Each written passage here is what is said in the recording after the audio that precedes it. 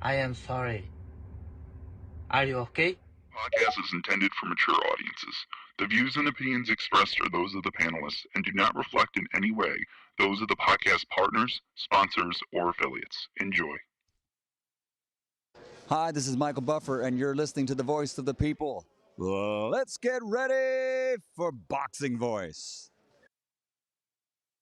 Every day I'm hustling, hustling, hustling, hustling, hustling, hustling, hustling, hustling, hustling, hustling, hustling. Every day I'm hustling, every day I'm hustling, every day I'm hustling, every day I'm hustling, every day I'm hustling, every day I'm hustling, every day I'm hustling, every day I'm hustling, every Fury's the name, and fucking fighting's the game. His heart's rattling now. His walls have sunk up inside of him. There's a man here that's going to annihilate your daughter. TheBoxingVoice.com. The heavyweight champion of the world, the greatest fighter that's ever lived, ever laced a pair of boxing gloves on, ever stood in a boxing arena. Me, the Gypsy King. Fury under the hands of Sugar Hill is just a different beast. He's a different monster. Joshua's a coward. Usyk's a pussy, and Dylan White don't want to fight. So if you can prove me wrong, get to fucking fighting. These are all coward bum dossers. I'll annihilate the lawyers and destroy yous. Submit yous. Tap you bitches out. Fury's just too intelligent. When he has to box, he boxes. When he's got a triple jab, he triple jabs. If he holds a handful of stones and throws them at me, he may have a chance of landing something. Chicken! Chicken! Joshua! Where are you? Where are you, AJ? AJ! Dylan White's a bitch. I want to see you, you've got to fight me anyway. Taking supernatural strength. Fury throwing it up.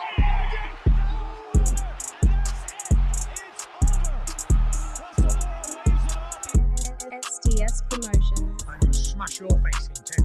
There's not one thing you can do about it. Fury's the name, and fucking fighting's the game. His heart's rattling now. What up, what up, what up, what up? Welcome back, ladies and gentlemen. Welcome back to another edition of the Boxing Voice Radio. Today is your morning afterthoughts, where we come back this fine morning and we discuss what it is that we watched last night, and we try to make sure that we fully assess what took place. There's a lot of people running around screaming robbery, and it's just quite silly. Fights are scored round by round. One knockdown does not win you a fight. I wish it was like that, but it's not. A fight is scored round by round. And in order to win, you must have the total number of points at the end of the fight. Again, a knockdown is only a 10-8 round. And if you seen Francis Ngannou winning, you have to have at least seen him winning 5 rounds, then the knockdown, which I still believe it makes it tie. The dude needed to win 5 or 6 rounds, and it's just not there. I can see a fight being tight because he's the only man that got a knockdown, and many people, at the very least, gave Ngannou 4 rounds. 4 rounds with the knockdown, maybe 5. Maybe you thought he could get to the 6 that he needed, but it's a 10-round fight. 5 rounds each is a draw, I just don't see a robbery, let alone I don't see an easy 6 rounds for you to score for Ngannou. I see someone said they had 2, 3, 4, 7, and 8. And let me pull up my scorecard because I certainly rewatched and tried to score. I just don't see what it is you guys are seeing, unfortunately. But it is what it is. Maybe we get a rematch in the future. Maybe we don't. But for right now, I believe Tyson got the correct decision. I don't see how Ngannou could have won 6 rounds. But feel free to call in and make your case for Ngannou. Let us know if you thought he got it right. Now, 2 and 3, most people gave Ngannou, and then 7 and 8. I really don't see what other rounds you can give Ngannou. And this is why I tell you guys use the Judge Scoring app, because you'll get hundreds of people using the same app, scoring the same rounds. Then you have a general consensus of who scored in those rounds. Obviously, you won't know exactly who the person is by identity, but you know that people scored it in round 1, scored it in round 7 for a specific fighter. That being said, the first round I gave to Fury. The second, I can see you giving it to Ngannou. The third, to Ngannou at a 10-8 round. Again, the second isn't necessarily an Ngannou round. It's a tight round that could have went to either or. That's something you got to check punch stats and all those things to make a definitive winner for that round. Round 4, I think it was clear that was Tyson Fury, as well as round 5 and 6. 7 and 8, again, those are the high rounds for the Cameroonian Francis Ngannou, where most people scored it for him. But I'm not sure. I'm actually rewatching, but they're still on the I restarted again, but they're still on the national anthems here. And what the fuck? You can't use the freaking fast forward from the remote? Whack. But yeah, I just didn't see a knock. I didn't see a robbery. You know, I really didn't see a robbery. And I feel that Tyson did more than enough as the champion. It's funny, we use that word or that phrase when it suits us or it suits our favorite fighter, and then we start talking, well, he didn't do enough to take it from the champion. Bro, Ngannou didn't do anything to me. Stand around with his hands up, waiting to counterpunch. I just don't know how that's enough for you guys to take it from the champ. And the champ is constantly throwing punches. The champ is constantly flicking the jab. I just don't understand why people want the winner, right, the champion, in any circumstance to lose so bad. If you look at the Foster fight, scores were like 100 to 90. They weren't giving the kid a round. If he didn't get that knockout in the last round, he would have been robbed. And no one would have cared because the scorecards were not an indication of the fight, but they were a closer resemblance of the fight than anything else. Meaning, yeah, Foster was losing, but he wasn't losing every single round. He won 1 or 2 rounds, you understand? And that's what's wrong with judging. Then you got these big figures like LeBron come out and say, this is what's wrong with boxing. But is this what's wrong with boxing, or is it that you're not educated and you don't know how to score a fight? You're just watching something without educating yourself, without trying to seek knowledge, and you think it's as easy as whoever the judges say won. Well, it's not. You know, a fight is scored round by round, and it's a 10-point must system. It's the ring generalship. It's the come forward aggression. It's the punch landed. It's the activity. It's the lack of activity. It's the accuracy. Like, I don't really know what you guys scored for Ngannou because he stood there with his hands up He just stood there all fucking night. Like, what were you really watching? I don't get it. I don't get what were people watching. I don't get how they seen Tyson Fury lose. But it's interesting, man. It's interesting that this guy doesn't get a fair shake. I don't know if it's previous hatred because he did what he did to Deontay Wilder. And people believe, there's a fraction of people believe he cheated there. So are they just happy to say that he lost in this fight to get a one-up on Tyson? Because honestly, I didn't see it. I'm a guy that likes skill and technique, and I didn't see anything that Ngannou did that I would tell a young fighter, yo, watch this tape of Ngannou and Fury. This was some cool shit. This was some shit you can grow from. The only thing I can give Ngannou credit for is his composure. Like, if I'm going to tell somebody to watch that fight, it's so they can see the composure of Ngannou on the world level in a championship fight. But other than that, I'm struggling to see what this dude did. Like, we sit here and we watch boxing every day, and then we allow something like this to come and happen, and we running with it as a community. Yeah, he got robbed. Bro, you guys are tripping. And it's very disappointing, man.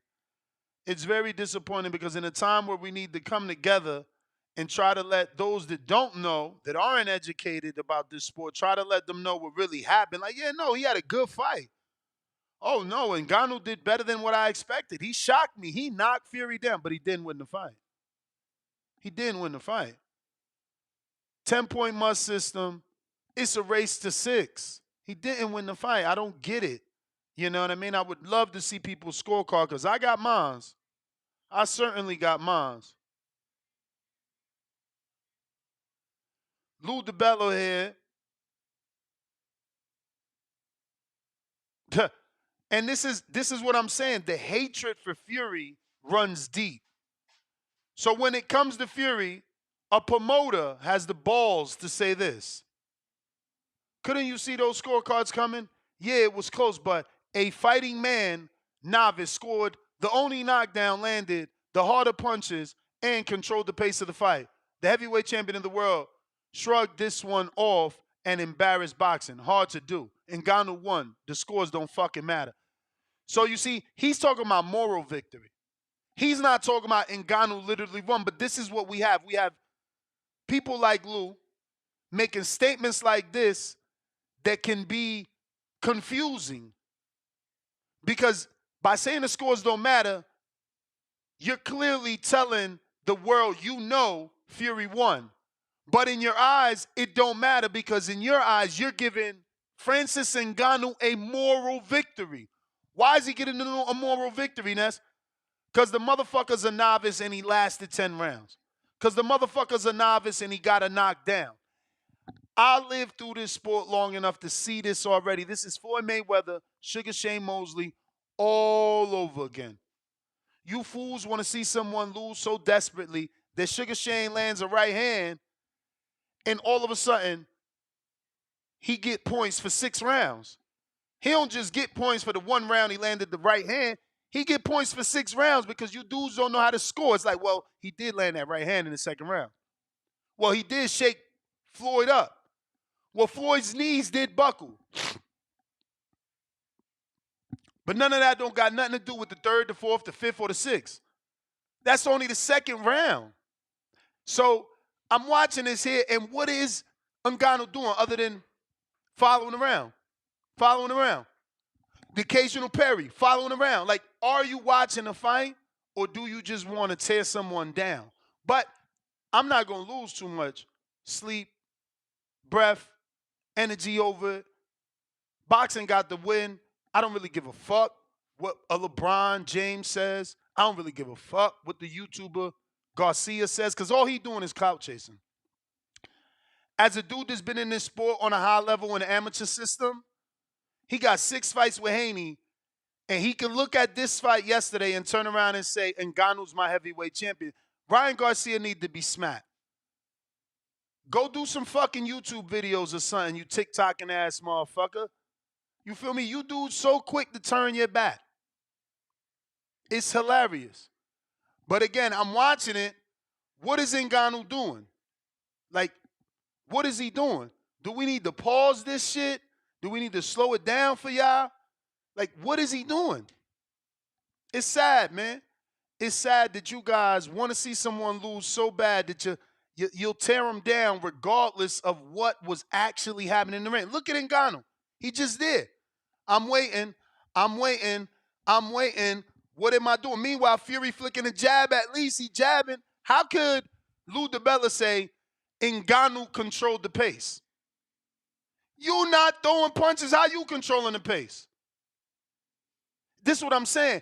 This dude been in business longer than I'm alive. And he got the nerve to say Ngannou controlled the space, the pace. Lou don't know what the fuck he talking about. Or his time with Wilder made him biased and he hating on Fury. And yeah, he gonna tweet or he gonna say I'm ignorant for saying that, but let's be fucking real. Am I ignorant, or is the one that said fuck the scores and Ngannou won is ignorant? Am I ignorant, the one that got the scorecard, the one that watched the fight, or is the one that's just tweeting shit to get popular ignorant? Because that's how I see it.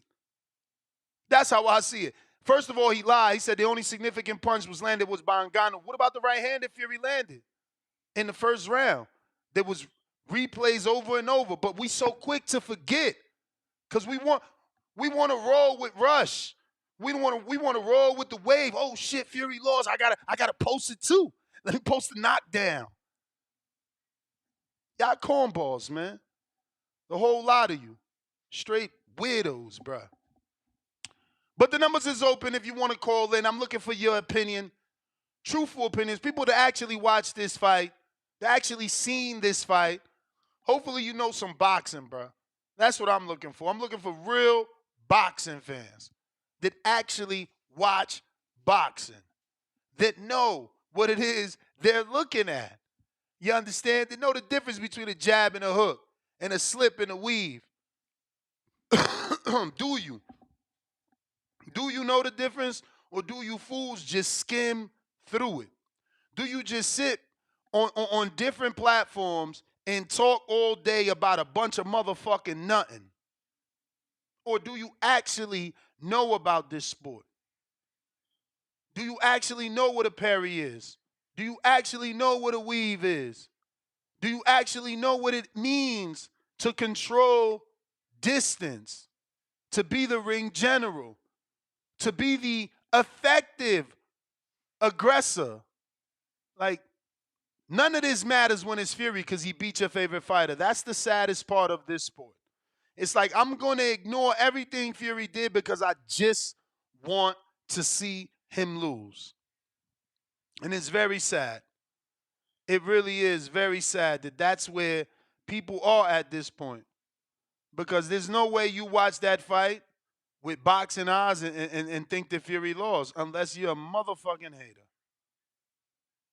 But phone lines are open. 1-425-569-5241. Press 1 one time. Discord is available. Twitter Spaces is available. X, now formerly known as Twitter, and so is our Discord plus the landline. Let's do it. Remember to rate us 5 stars on iTunes. We're looking for you to voice your opinion on yesterday's big fight. Subscribe to youtube.com/theboxingvoice for the latest and greatest interviews with your favorite fighters. Was it really a robbery? That is the question we are asking. Check out theboxingvoice.com for some of the best articles on the hottest news in today's boxing. We going out to Anthony. What's going on in ATL? Yo, I appreciate you, gang. You already know I had to call in because I did watch the fight and I did score it. Because you calling out everybody who probably was just casual and didn't watch the fight and just jumping on the jumping on the bandwagon. But did you see Fury's face at the end of the fight? Okay, Ngannou looked like he went for a walk in the park. All right. So listen, you can say, oh well, Fury's jab was better, maybe Fury did this and that, but if you look at the punch numbers, Ngannou landed at a higher percentage than Tyson Fury. He quite literally outlanded him, out-Furied Fury. He landed the bigger punches. The 8th round, Fury didn't even land a punch. He got beat up the entire round, got hurt the round before that again. Okay, Champ, I just want you to know, in my monologue, I said everybody gave Fury round 3, everybody gave Fury 7 and 8. So you just saying the same thing I'm saying. Tell me how Fury won round 4. Tell me how he won round 1. Tell me how he won. Yeah, Ngannou. Tell me how Ngannou won the rounds that Fury won. Show me that. Don't show me the same rounds we all know. We all know Ngannou won 7 and 8 and 3. Talk about some other rounds. Make a case for some other rounds. So 7, 8, 3, 4, and 9. Yeah. I thought at 10 was even close. I thought 10, but Tyson landed a punch at the end of the round, so maybe that could have went it either way. But that was a either way round, right? It could have went either way. So the point is that it's easier to find 5 rounds for Francis than it is for Fury. And you're only being blind and biased if you don't see that. Look at Fury's face. He was beat up. Brother, are you a boxing fan or are you an MMA fan? Because boxing matches aren't won by faces. Boxing matches aren't won by black and blues, cuts, or blood. That's not how you score. That's not how you score. That ain't how you score. Shout out Max Kellerman, but that's why he got fired. Is he on HBO? Is he on HBO? Answer the question. Is he on HBO? No. Is he on ESPN? Is he on ESPN? He's not. Is he fucking commentating boxing? Is he commentating boxing?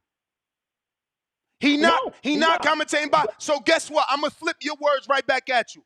Who would you rather be? I'd rather be me with my own job, with my own business, not getting fucking fired for what I believe. That you spitting Max Kellerman shit. Who would you rather be? I would rather be Tyson Fury.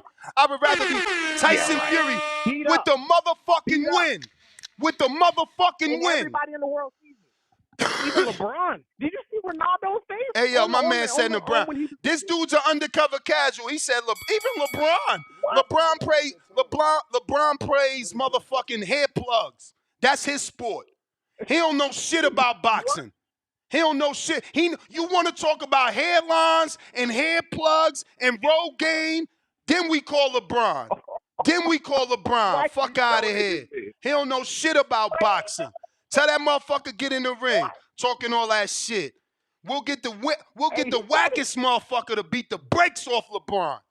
Talk to me. Gabe Rosado beat the shit out of LeBron.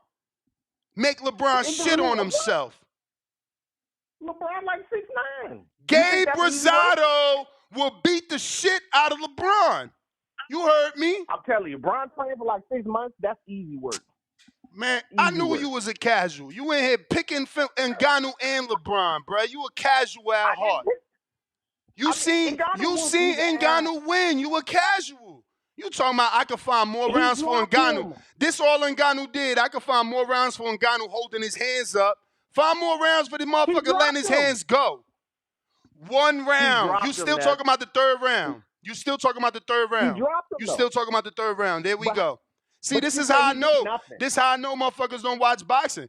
I say he ain't win. He say he dropped him. I say he ain't win. He say he dropped him. I say that happened in the 3rd round. I say that happened in the 3rd round. You said the 10th round was tight. But maybe Fury got it because he landed that right hand. So what round did Ngannou fucking win? Oh, okay, the 3rd, the 7th, and the 8th. I said he could have went either way. I said he could have went either way, man. That's what I said. Tell LeBron he could have won a championship either way. Oh, that's right. He had to leave his team to get one. Fuck out of here. Hair plug from Ben Ass ambassador. Tell He Ryan seen what everybody Garcia. seen. Tell Ryan Garcia pick up his rib cage off the floor. All these hating ass niggas got something to say, but they don't want to talk about their motherfucking self. Motherfucking Ryan bitch ass quit on his knees. Soon as the fight over, he gets up. Fuck out of here. This your heavyweight champ. Motherfucker, you not our lightweight champ. You not our 140-pound champ. Motherfucker, you not even the influencer champ because that's Jake Paul. Like, let's be real. You motherfuckers don't want to tell the truth. Next caller, Tyson Toledo, what up? Tell the truth, man. Ngannou won. Y'all some weirdos with that weird shit. Treese, what up? Yo, if I burn over, you know I got you in the cheese. But hey, Les. You did this to yourself, brother. You did this to yourself. When I called in and when you was talking that Ngannou doesn't have a puncher's chance. No, he doesn't stand it. It was niggas like you. He and niggas, don't. No. So what puncher's chance he got? Like Did Fury stay down? Did Fury stay down? Did Fury stay down? Niggas like now when you tried to tell me that fight week and I said, bro, Fury gets up. Stomp on my call. Yeah, I'm gonna stomp on your call because when I said that last week, I said Fury gets up. Nobody could keep him down. Bruh, it ain't about How that. the fuck you gonna say he not gonna land? It ain't about that. You talking about you? Whoa! You talking about Ngannou don't stand a puncher's chance? Now you got no choice but to talk about this. No, let me talk, bro. You can't. I'm not gonna let you burn because you making shit up. A puncher's chance means you can. No. All right, we'll mute you. We're gonna mute you till you understand what the fuck is going on. Let me help y'all understand. A puncher's chance mean the fighter can't fight. The only way he can win is by knockout. Did Ngannou get the knockout? So wake your dumb ass up, because I ain't got time for this shit. A puncher's chance mean the motherfucker could only win by knockout. He got a knockdown that Fury is known from getting the fuck up. Class is in fucking session, bruh. Y'all not gonna come here lying on the heavyweight champ. Class is in session. A puncher's chance mean he get knocked down or, knocked out. Fuck a knockdown gonna do. A knockdown can't help you win the fight. It's knocked out. Knocked out. Come on, man, making shit up. Puncher's chance. What puncher's chance? Even we seen it in Fury eyes. Oh shit. Like, whoa, shit. Now we see it in Fury eyes. Yo, did you see the scorecards? Did you see the scorecards in Fury's eyes? Did you see the judges' scorecards in Fury's eyes? That ain't what I wanted to call about. Come on, you making shit up. Is your man. Hold on. I called to talk about your man. Fuck that. I called to talk about your man. The Fabio Wardley nigga. You understand? I peeped him. I see what he got going on. I ain't gonna hold you. I like that shoulder shrug move he pulled off to get to run the two-piece. I like that. That was good shit. We not gonna allow that though. You understand? He was getting worked over, and I don't like the stoppage. The fucking ref, he could have let Adelaide keep going, bro. He was on that. It was what? About how many? It was like 17 seconds left in that round, bro. He was still aware and awake, bro. He was ready to box, bro. That was bullshit. I wanted to see that keep going. I wanted to see if Worley really had the instinct like that. He you feel me? Like I say, he got it off the dusty ass shoulder shrug. You feel me? When the ref was trying to cut in. But yeah. Jared dust that nigga up, FYI, Fury was always minus money on live bet DraftKings that was showing on the telecast. Not one time did they ever make Ngannou the underdog, which means, the favorite, which means he never took the lead on any bookie scorecard. Never did they make him a fucking betting underdog, only a betting favorite. Though. You can't lie. It was niggas. I was in the bar, but niggas was looking at the thing. We was expecting to draw. Champ, before you was born, the phrase "close but not good enough" was existed. Here he go. Close. It's like close only counts with hand grenades and horseshoes type shit. Close only matter for dudes that come in second place. When you in first, when you won, you don't think about the second place guy. When them scorecards was running around, was you or was you not looking at that last scorecard like, oh shit, we might get a draw? Did you or did you not think it? Bruh, Mayweather got a draw versus Canelo. Did you Mayweather got a draw versus Canelo. No? Mayweather got a draw versus Canelo. Human beings are stupid. Fury. Now he's been being. I'm just saying, bro. Nobody was expecting Ngannou to pull the draw. That shit could have came, bro. He had it. He dropped it. Nobody was It was expecting. a fight. It was a Nobody was boxing match. expecting Canelo to get a draw versus Mayweather. Nobody. McGregor. He got a score. He got a scorecard with a draw. This was McGregor and Mayweather on the big. This was McGregor Mayweather on a bigger scale, and the UFC fighter got the drop. And I ain't gonna hold you, bro. I'm a boxing fan, bro. I fuck with boxing a long way. I love this shit. But I bet you the UFC fans is like, oh shit, we up one right now. We gotta get. This shit is out of control. They ain't up shit. They thinking it. They ain't up shit. They got a loss. Ngannou 0-1. Boxing won on paper. Ngannou 0-1. You going again? They gonna say boxing won on paper. That's what they gonna say. Is you going again? I'm telling you. Because that was the bell. You going again? Go ahead. Get next to the. I'm gonna run back if I don't like something on here. Go ahead. I got you. Ngannou got an L. Let me just screen share for you. I think a lot of y'all, woke up fucked up today and don't realize that the man lost. So I'm gonna just show his box rack. You know what I'm saying? Maybe black and white sinks in for y'all. You feel me?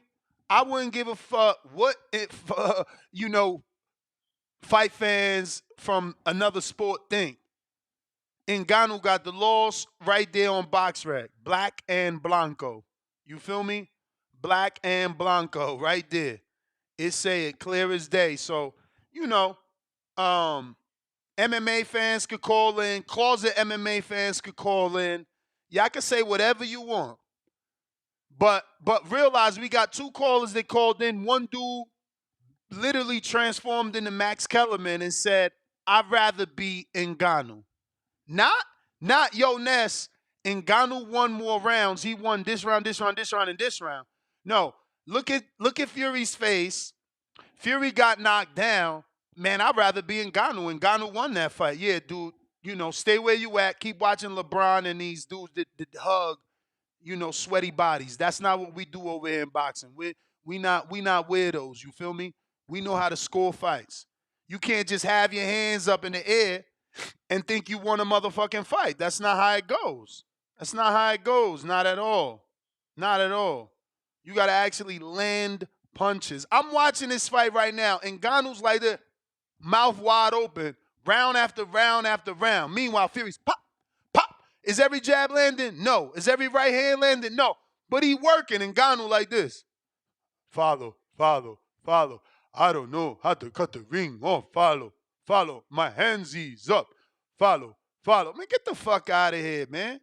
I swear to God, bro, boxing got a bunch of dick riders, man. All you do is jump into social media. Oh, this my heavyweight champ. Oh, he won the fight. Shut your stupid ass up. Show me your fucking scorecard. Chicago, what up?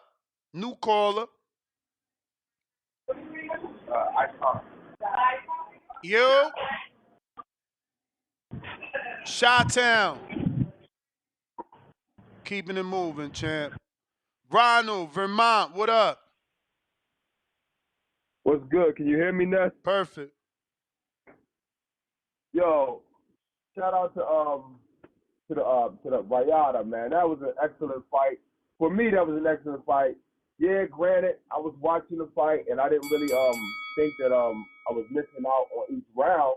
I feel like that Ngannou won the first round. I feel like Fury won the second round. I feel like the third round, it could go either way. I'm not sure. But then the fourth round, I gave that to Ngannou. The fifth round, by then, I had it like 2-2 or 3-2 for Ngannou.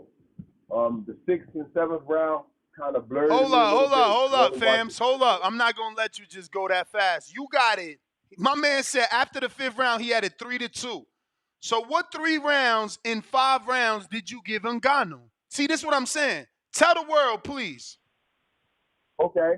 The first round, I gave it to Ngannou because I felt like Fury didn't really come out and Bruh, are you forgetting that the only replay they showed us was Fury landing a big ass right hand on Ngannou? That's what you forgot, right? That's why you giving it to Ngannou? Because you forgot that, right?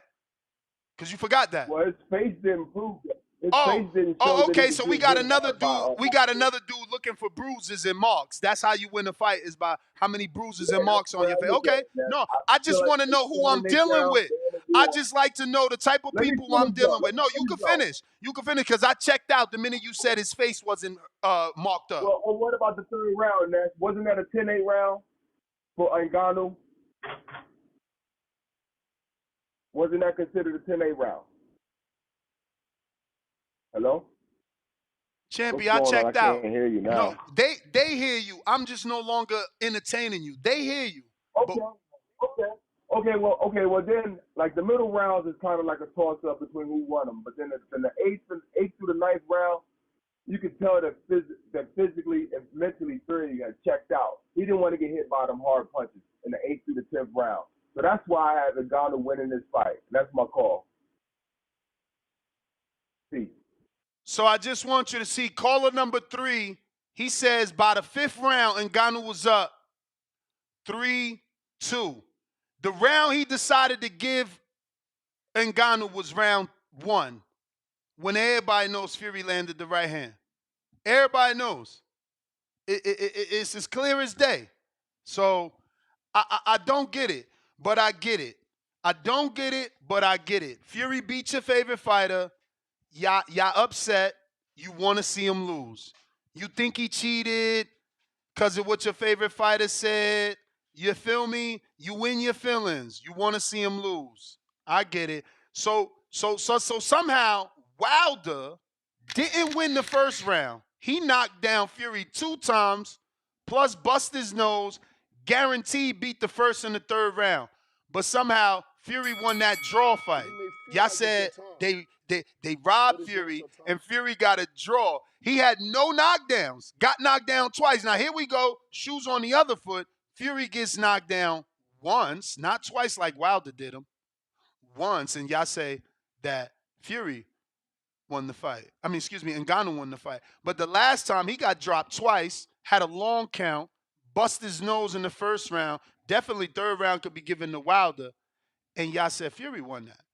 And that boxing politics was cheating by giving Deontay Wilder his belt. You guys are just a bunch of fucking haters. And I can see it. I can see right through you. Wilder gets 2 knockdowns, he loses. Fury gets knocked down once, and he loses. Okay. I like it. I really do. Patrick, what up? I really like how the hatred comes out. Nah, you know what it really is? It's just people are still in their feelings. That's what it really is. They you hear me? I'm loud and clear, champ. Yeah, nah, like they really still in their feelings. Cause I was in my feelings when I was seeing the fight too. Like, oh shit, this nigga might really lose. Cause it was like some close rounds, but I think what it really was, Ngannou took the fight out of Fury. I think Fury won, but Ngannou took the fight out of Fury, and Fury had to play it safe and start boxing. That's what it came down to. That's what it came to. Fury knew he couldn't go in there and bully the dude. That's what that's what it is. I did think Ngannou was gonna win, but me watching the fight over, getting out of my feelings, yeah. Nah, he took that. He was hitting him with the 1-2 all day. He knew he couldn't follow up with any hooks and combinations because Ngannou always had an answer. He always had an answer for anything after the 3. Anything after the 3, he was catching Fury, and Fury was like, all right, let me just back up, calm down, and just 1-2 him. I think that's what Fury was kind of pissed at internally. Because the way he was walking back from the way he didn't look like he won as a man. It looked like he was defeated as a man, in my opinion. I don't know what do you think? How do you assess that? How do you think Fury looked after the fight when he won? Like his natural stuff. You know how Fury likes to sing and all that stuff. How do you feel about his reaction after the fight? I think it was exactly everyone else's reaction. I think he was a human being in that moment, and he felt like the rest of us. It was shock. He humbled himself in a sense? It was shock. Nor he expected a common MMA man to last this long. You know, Fury came right out with a solid right hand in the first round. that landed over the top, which Definitely. again, that's the first punch of the fucking round, but somehow Ngannou won the fight. I mean, won the round in the last caller's eyes. Because even Tyson even said that he was gonna press him. He was gonna press him. And and like I said, I think he noticed how solid that boy. That's what it was. Ngannou was solid, That boy was solid and when he hit him, Ngannou didn't nothing hurt Ngannou. He hit him with an elbow and didn't hurt him. Nothing hurt Ngannou. Nothing hurt him. But I do see the tactics where MMA played a role, and that's in body movement. I mean, non-body movement. And when Fury came to clinch, all Ngannou was doing was rolling his shoulder back and making Tyson Fury hold on even harder. So he's not putting all his weight on him. Let's be honest. That fight was weird. I don't know if Fury didn't train. Like, bro, did you count the amount of clinches? Not clinches. I don't think he took a chance. Not clinches. I mean, did you count the amount of times Fury initiated tackle-like clinches, bum rush clinches, where he just put his head down and he tackled the midsection of Ngannou? Like, I don't know what Fury was doing. At a point on my live, I'm like, yo, is he trying to get a takedown? Let me end with this. My call is over, but let me end with this. Fury and Ngannou 2 is gonna break every record. Mark my words, because that is crazy. Fury and Ngannou 2 is gonna break every record. You know, that's the issue, though. A lot of boxing fans are upset that now Fury and Ngannou has become bigger than Usyk Fury undisputed. I'm not. See, I don't give a fuck about these boxing hipsters. They could kick rocks and you know, never come back because they not real boxing fan. Boxing hipsters, they want everything that's right in boxing and only that. That's not a real boxing fan. That's not how boxing works. That's not how anything works. Nothing is perfect. You know, these hipsters, they want to watch the lower divisions and you know, try to make you upset because you can't relate to someone that's not bigger than your fucking arm. You know what I mean? Like, there's nothing wrong with you preferring heavyweights over fucking minimum weights. Like, these boxing hipsters, they nobody. They pieces of shit. They not real boxing fans. That's just the bottom line. You know, these dudes that shame you for not knowing a new way. How are you a boxing fan? You understand? Like, if you're a boxing fan and someone found out about a boxer, you would be praising the boxer and the fan that discovered him, not shaming him like, oh, now you on a new way, you fucking bandwagon, the fuck out here, fuck that, we been on a new way, we so smart, we the hipsters, a new way. Nigga, kick fucking rocks. You understand what I'm saying? Nobody gives two flying fucks about your minimum motherfuckers. Nobody. That hipster shit is for the birds. You feel me? Where's your scorecard? That's hardcore shit. Where's your fucking scorecard? Tyron, what up? Yo, what's good, champ? What up? Shouts out everyone tuning in. Shouts out to TBV. Hope everyone blessed. Yeah, man, I was shocked. I was shocked, man. Like, at the whole thing, Fury going down in the fight itself. Like you said, man, I don't know what was wrong with Fury, but Fury did not look good, man. At times he looked like he ain't even, know what he was doing. Like, his first time putting on the boxing gloves. Like, it was low key to me embarrassing for the sport of boxing. You know what I mean? I think that night it really didn't make the sport look too good. You got a guy that, first time boxing against arguably supposed to be the best in the world, the baddest man on the planet, and a heavyweight. And the fact that you go out there on that night and you got boxing legends, got brought over there, and coming out, while you going out, you shaking the hand, let's go, Fury, and you put on a performance like that, it kind of put a bad taste, in my mouth, and I'm sure in some people's mouths too, because it's like, yo, it wasn't even supposed to be like that. It wasn't even supposed to go down like that, and I think it do take the steam off of Usyk and Fury, and then you got to think about, okay, now shoot, did Fury really win off of skill, or did he win off of being a bigger guy in past, fights and things like that. So and then you got guys commenting like, this is why we don't watch, this is why I don't watch boxing, and this Man, and that. fuck And I just think, LeBron, man. Fuck that no, I know, no, cornball. Tim. No, I understand that, but you got just people, not even them, but you just got people in general. You know what I'm saying? You got, and I say, you Bruh, got it it's at a a certain niche extent. sport. It's a niche sport for a Yeah, reason, because not everybody can understand it. Like I'm yeah, I sure, understand. I'm sure bare knuckle boxing is a niche sport, and not everybody understands that or agrees with the brutalness of that sport. You know what I'm saying? Like this is a niche sport for the people that love it, not for LeBron, hairline receding ass, spray paint Yeah, all in no, his no, hair. no, no, for sure. But I'm saying to the fact where Tyson, you come out and you put yourself in a position like that, and it's like, yo, it's not looking real good for the sport. 'Cause like you the champ. You know what I'm saying? We looking for Uzi I and think Fury. you. Now it's like, I don't know. I think y'all huh? all wrong. I think this is boxing. You know, a highly Yeah. controversial decision. This is the best thing that could have happened. Truthfully, like wait till we get the pay-per-view Uh, numbers, because MMA people don't really steal like boxing. yeah, We no, gonna but get good numbers, and then the rematch is bigger. More people tuning in. More MMA fighters tune in. More yeah, people absolutely. believe now. More people believe in Ngannou now. And now Fury Yeah, takes it serious. Now Fury trains, yeah. and now Fury stops this bum. Yeah, yeah. I mean, I would hope so, man. But Ngannou, man, he surprised me, man. Like his poise in there, like he really put up a good fight. That was probably the best fight, MMA, Did he win boxing, 6 rounds crossover in your I've eyes? seen. I can't give him that. I don't give him the six. I can see like being a tie. Honestly, I gotta honestly go back and watch it because in the moment, people like, oh yeah, and got him one, but I just gotta go back and watch it. But again, man, I think Fury just put himself in a bad spot.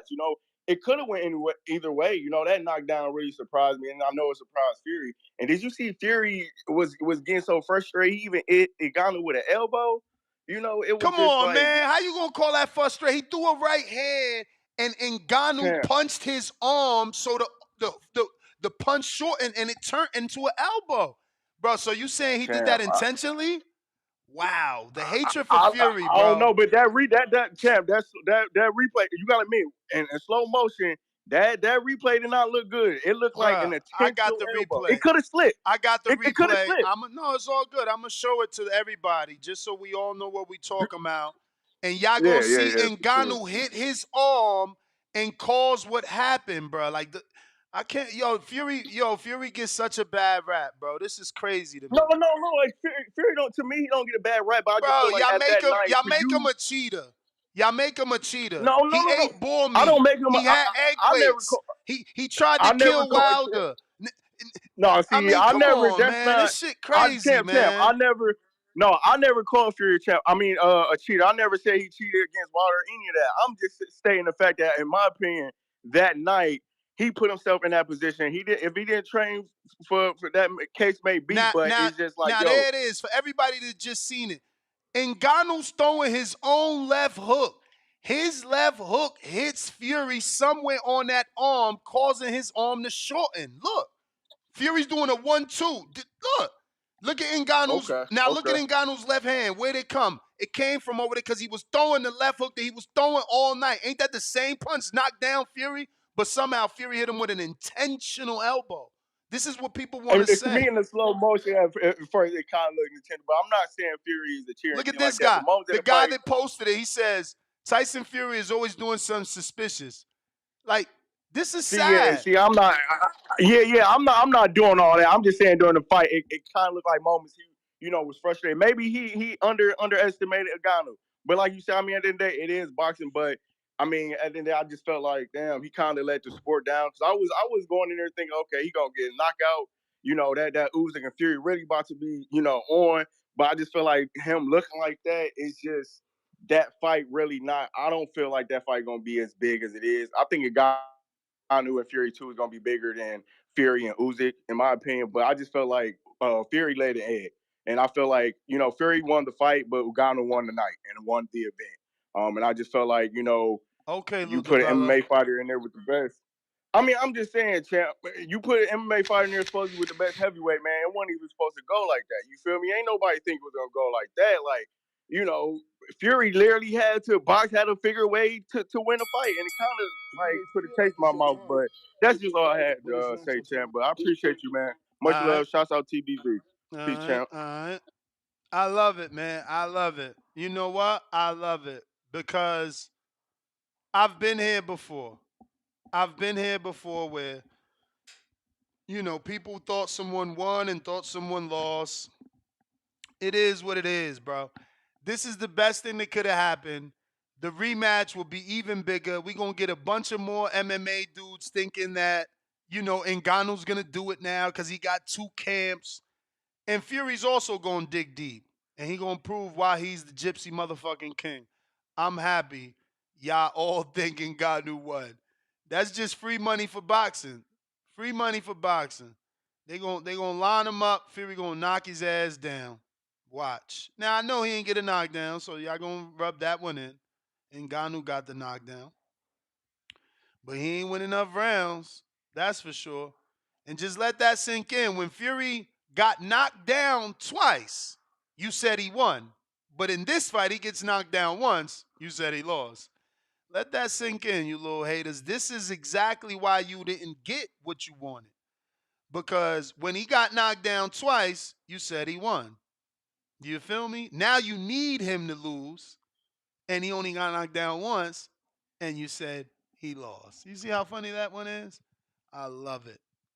I love it. But I got a scorecard, though. I know that. I scored the fight. How about you? Because the last few callers have been calling in, boy. They out here giving Ngannou rounds that were clearly Fury rounds. We got a brand new caller in Atlanta. What's up, my friend? Who's this? Yeah, can you hear me? I hear you, brother. Who's this? All right, man. It's Rain, man, out of Atlanta, man. Rain? Yeah. Talk to you us, hear me? champ. All right. So I think there's, the only victory Ngannou could have won in this fight would have been a moral victory. Exactly. On paper, he 100% lost this fight. I don't even think that's the conversation, though, right? Because you're going to have the casuals who are going to see it the way they see it, because your heart has to go with Ngannou to a degree, because if you know his story and where he came from, his journey to Paris and, walking from certain parts of Africa. Nobody cares about that shit because he ain't that man no more. He been got rich off the UFC. He got a PFL contract. He just made $10 million in this fight. I don't give a fuck about sob stories. I got my own sob story. No, I feel you, right?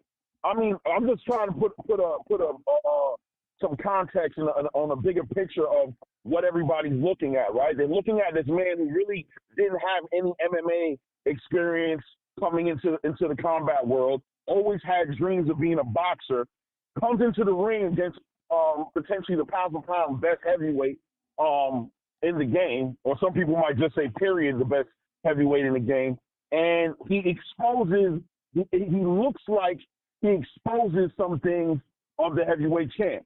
People who had complaints saying that Fury was just weight bullying, and that if he didn't, it wasn't necessarily all skill. Those questions came up like that when you see that he couldn't do that to Ngannou, right?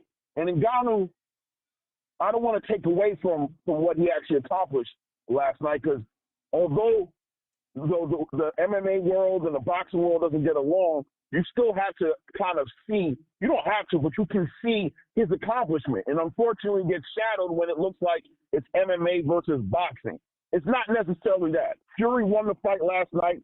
I think I agree with you when you say this is what Fury needed. And I really feel that way, because I think he's been playing games a little bit the past couple of years, not really giving us the fights that we want to see, making everything such a long-winded, like, minstrel show. And he kind of got, he kind of got fed his own bullshit last night. And now he has to deal with that. And I hope he deals with that in a positive way, like what you're saying. I hope he goes and he digs deep. He goes to the gym. He takes it serious. I hope he makes a statement in his next fight and put some life back into into the heavyweight division like we always thought he would ever since he came back when he fought against Deontay. But he's been playing, and I don't know if you agree or disagree, but I think he's been playing, and Ngannou kind of was needed in Fury's life, and we'll hopefully see a heavyweight division that wakes back up because of what Ngannou did. And congratulations to Ngannou again. I want to see him fight again. I don't know who didn't want to see him fight. You know what I mean? I want to see him fight again. But yeah, I'm not like a casual who's ready to sit here and act like, Ngannou's better than Fury. That's not the truth at all. That's just not happening. Fury won last night. The reason he looked the way he did is because he played too damn much. My boy played too damn much. You know what I'm saying? He played in the gym. He played in the training. Champ, that is the bell. I agree with you. From the looks of his body and the looks of his lack of accuracy. Let's be real. That right hand, he threw it a lot before it actually started landing. He was rusty. And I think that's why they have now pulled the Undisputed fight. Frank Warren is now saying that the December 23rd date for Undisputed is not happening. They're probably going to give Fury some rest and get him another tune-up. Fury is famous for getting tune-ups. He doesn't go into big fights without a tune-up. He might have overlooked Ngannou, but in my opinion, he still won the fight.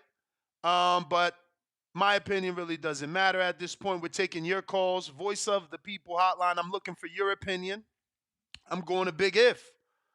What is up?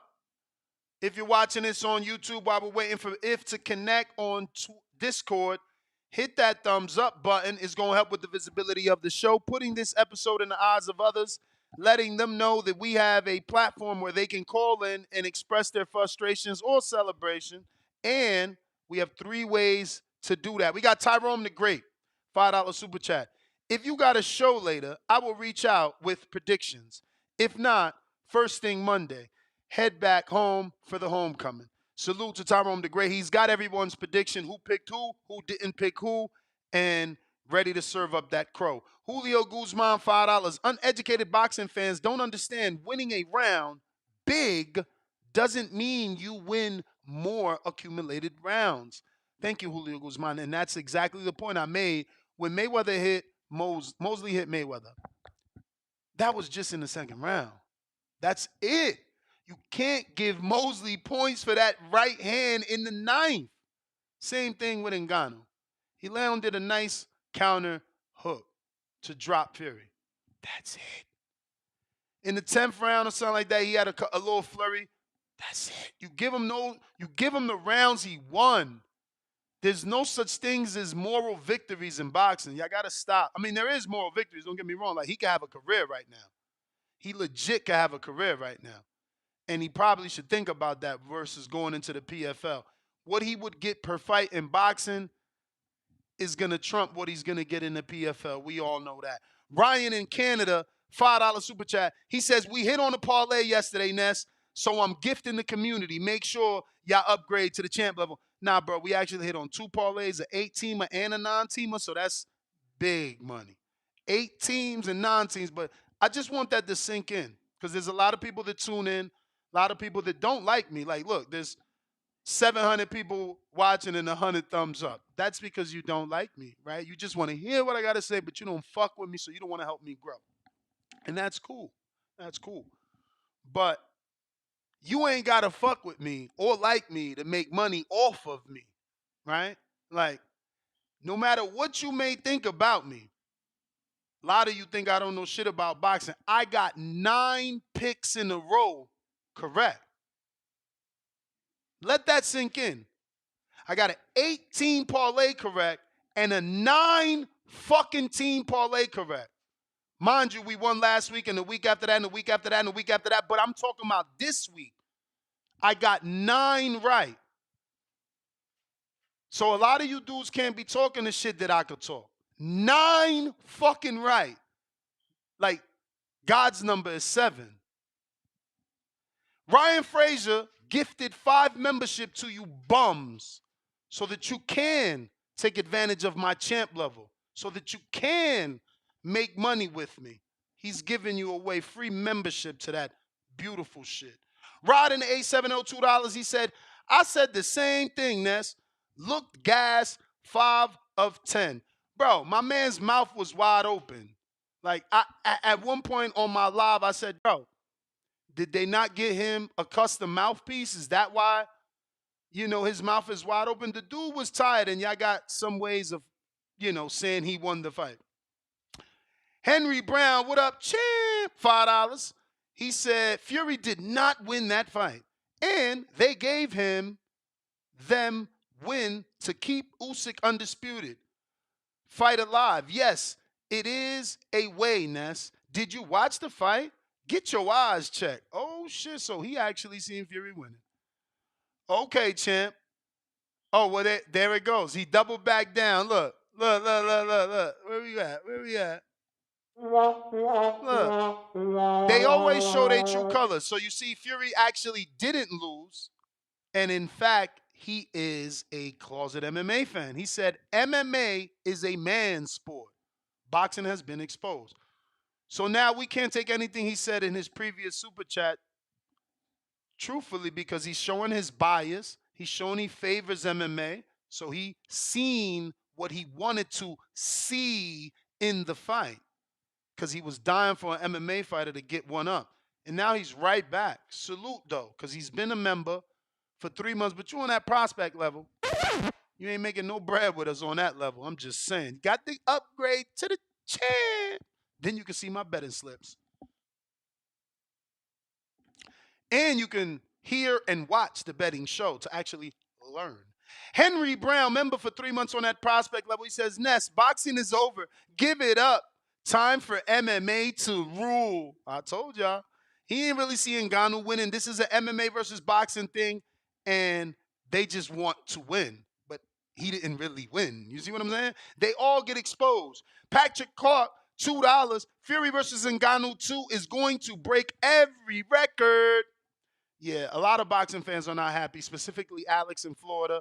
He's very upset that, now Usyk might get pushed back because the demand for an Ngannou rematch. I got Henry Brown right back at us. Let's give him some love. That MMA fan is really showing us some love over here. He said the Combat Voice podcast, formerly known as the Boxing Voice.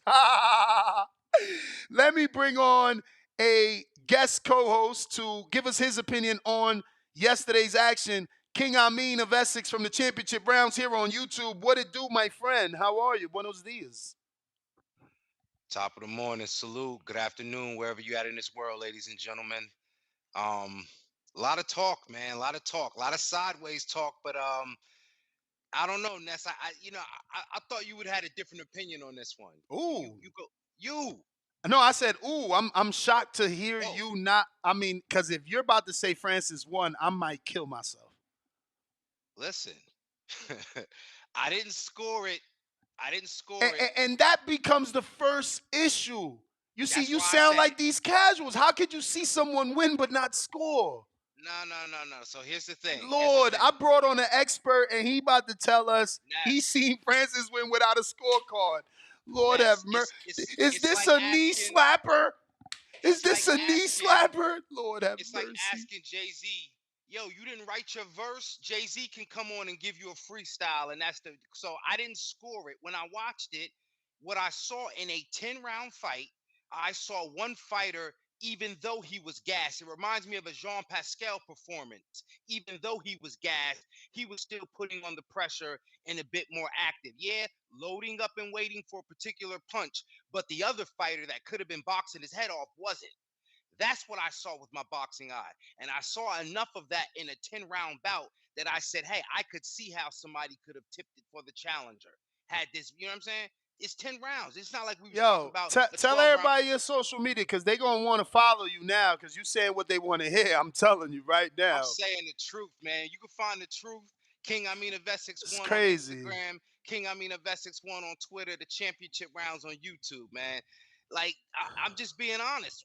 When we talk about, let's talk about what this MMA guy did in the boxing bout, because I made it a point to say Ngannou showed a lot of basic, Very, very basic fundamental things that carried him the entire 10 rounds. The only thing MMA that might have benefited him was he kept switching stances when he was trying to, find shots. And MMA fighters tend to do that often, and his gas tank because the rounds are much longer.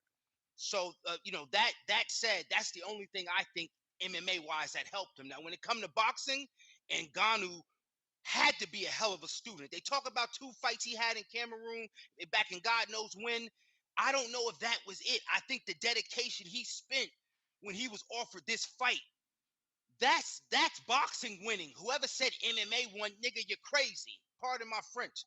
Boxing won because it took an MMA guy, and you see what Anderson Silva has done something similar. When a guy dedicates himself to the sweet science, to the feints, to the parries. I heard you asking somebody earlier about parries, right? When you dedicate yourself to those things, it carries you a much longer way than just being a power puncher.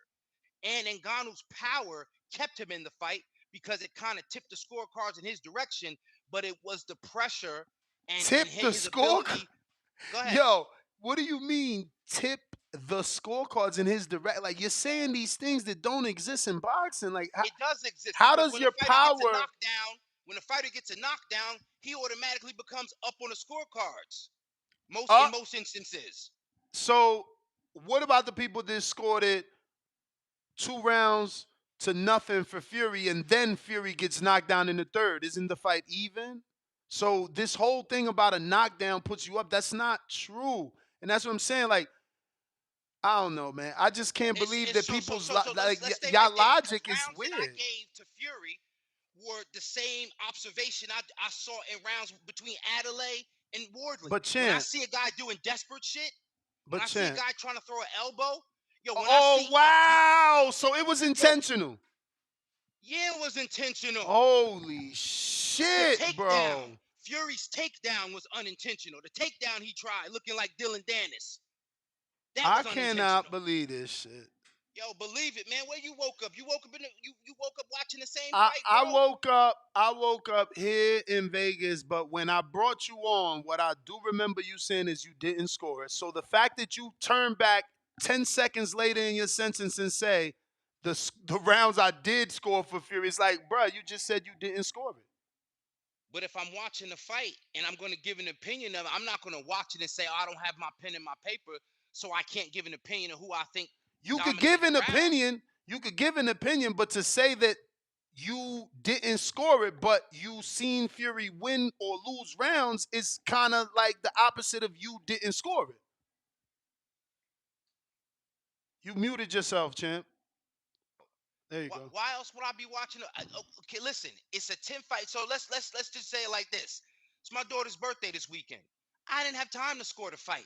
Did I have time to watch the fight? Yes, I did. And for the rounds that I watched, for as much of the fight, did I see every second of every round like I would have when I'm scoring a fight? No. Okay, but it's safe to say that since you didn't use pen and paper, since you didn't score round by round, that I missed something. We can't openly take your opinion as you seen Ngannou winning because you actually didn't score it. No way. No way. No way. Oh, so you're saying even without scoring it, you know he won? Yo, how many people watched the fight yesterday and didn't score it with a pen and paper? But that's the problem. LeBron James doesn't know what a 10-point must system is. Amin knows what ring generalship is. How are you giving Ngannou a round for just going like this? So let's use your analogy. LeBron James, right? He's an NBA player. He may be on his way. You don't think he can spot talent, or do you think he has to go to the AAU game follow every? I don't think that LeBron James knows that a fight. I'm talking about basketball. And I'm glad, but I'm talking about boxing. I don't think LeBron James knows that you score a fight round by round. That phrase was in here before we were born. We can't change it for Ngannou. What I'm saying is, if LeBron James, because this is what we do. So if I didn't do it maybe as intently as we do it, that doesn't invalidate my opinion. If LeBron James doesn't see somebody play in AAU, if he see them in a pickup game, he can judge their talent. So if I didn't score it with the pen and paper, but I watched it probably more intently than a casual, but somewhat he casually. could judge they talent on the actual court. Can he judge their stamina? Can he judge their discipline? But the stamina didn't matter if he didn't gas. Of he course. was still active. But what I'm saying is still different characteristics that go in assessing somebody. You can't just look at somebody and say, yup, he gonna be an NBA star. No, he got potential. Yeah, he could dribble, but where's his gas tank at? Where's his mindset? Is he disciplined? Is he a hothead? Is he a troublemaker? Like, what are we talking about? Of course, you could give me an analogy about LeBron spotting talent, but he don't know if that dude gonna make it. The same way I could see Ngannou get a knockdown. I don't know if he gonna take it. He just got a knockdown, champ. That's it. That's all it was. You saw nothing else. Nothing else. No, I seen a lot of nothing. A lot of this. A lot of mouth open. Set that knockdown up in any way. He just came in and he just got the set it up. It was a counter. How you set up a counter? He countered. A counter. He countered. He didn't set it up for you to counter punch. Brother, don't you get that a counter is you reacting off of what I'm doing. So how you set it up? You reacted. I set it up. I set myself up. I threw a lazy jab. You countered. I threw a slow overhand right. Or I didn't I didn't bring my hand back. So you countered. That's not a setup. That's boxing IQ maybe.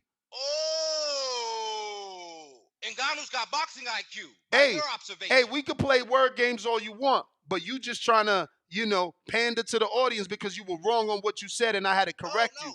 That's all. I said, you said he set up a counter. You can't set up a counter. You can only counter because of your instincts, because of your reflexes. You can't set up now. Actually, you could set up a pull counter when you jab to get him to throw the right so that you could pull your own right. But come on, let's stop. Let's stop. Yo, you out here.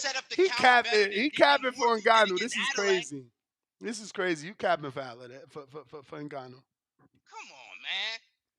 Yo, you know what's crazy? You saying I'm capping for Ngannou, and then I had somebody call me and tell me I was cheering for the white man. You can't win out here. I don't know. I don't do it like that. Fury is who he is because of what he's done. Because he's a boxer, that's it. Right? Huh? He's a boxer. And I personally tend to lean towards Well, he's a fighter. Business.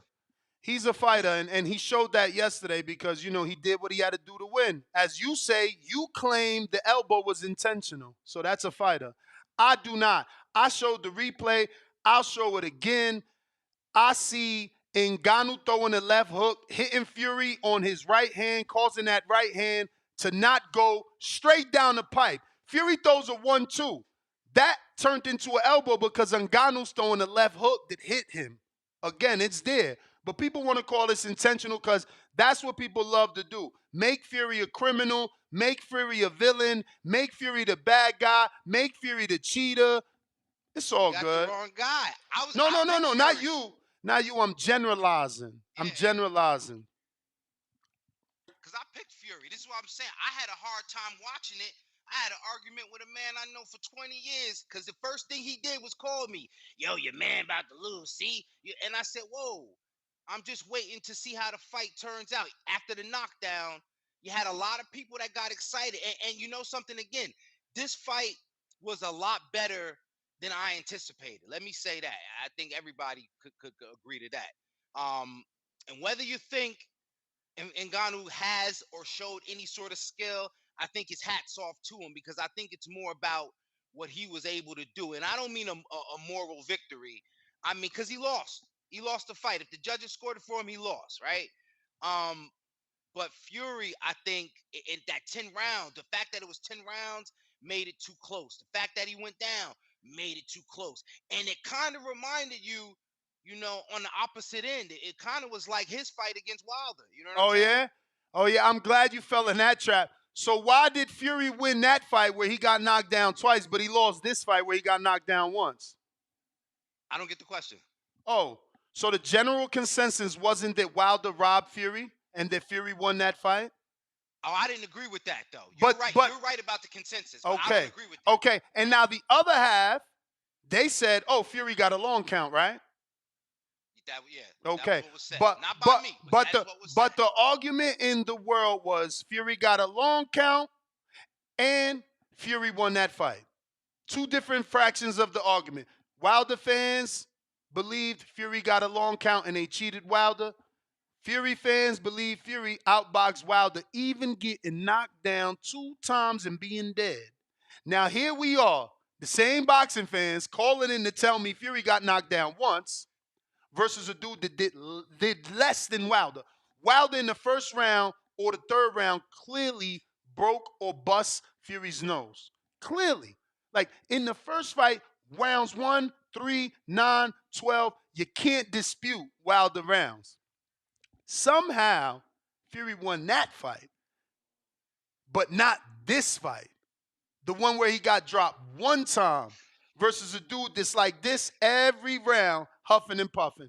Yeah, I'm going to believe y'all, but let me get to some calls. I'll get back to you. You don't got to go unless you want to. We got Big If, but I'm going to get to this super chat. Henry Brown, right back at us. He gifted one of you guys a membership so someone else will get lucky because you know we hit an 18 parlay and a 19 parlay this weekend. G-Ball, $2. You on the wrong side today. Bad day for you and boxing.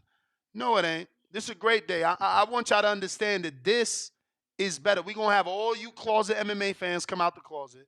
Then we're going to have true MMA fans say that he won. So everybody's going to want the rematch. And then Fury's going to train. Fury will bring in Jared like he normally does. Fury will train. He won't have the big love handles. And he's going to beat the brakes off him. It's all good. We could do it twice. We could do it again. Real quick, let me tell you another way boxing won. Because after this, and I was going to talk about it on Women's Boxing Wednesday, but I got to bring it out the bag now. We had Chris Cyborg and Clarissa Shields talking about getting down. Boxing won because anytime these MMA cats want to get it on, they want to get it on in the boxing ring, ladies and gentlemen. So don't ever forget that. And that's what they need to understand. That's why I'm telling Ngannou, don't go into the PFL. You know, you sign, but that's a whole different sport. You could say, you know what? I decided I'm retiring. I made $10 million and got more fame and attention than I ever did. Like, if he goes back to rolling around on the floor, he's a lunatic. I'm being real. I'm just being real. Like, think about it. I believe was 800 grand in MMA. 600 for a title fight. And think about it. A lot of you guys are calling in saying he didn't even take punishment. So then it was easier for him. He made more money, less danger, and less work. He might as well not go to PFL because PFL, let's be real, you left the NBA to go play in the Chinese league now. That's what PFL is, right? Like UFC's the NBA, right? Yeah. And PFL, what the fuck are they? Because I don't watch those sports. So if UFC's the NBA, what's PFL? No disrespect, but PFL might be the big three, like Ice Cube's league. Like it might be on the come up. Shout out to Ice Cube. They suing. Yeah. It's been reported that somebody in the NBA was setting it up so that wasn't successful. So now there's a lawsuit and a federal investigation. I got Parkside Entertainment, $2. Francis would have beat Champ if more active. Okay, so he meant to say Francis would have beat the champ if he was more active. Exactly. How you winning a fight when round after round you in this boxer's position? Look, I'm still watching the fight. I keep rewinding it, going back. He ain't doing nothing. You dudes are just lying to yourselves. And it's okay. Because if you think that you're upsetting me, if you think that you're annoying me, if you think that you're agitating me, you're not. I do this every weekend, every day, twice a day. I love this shit. And guess what? Regardless of what you think on black and white, boxing beat MMA. So I'm winning over here. I'm not losing. It don't matter what any expert calls in to say, black and white, we won. Go ahead, I mean.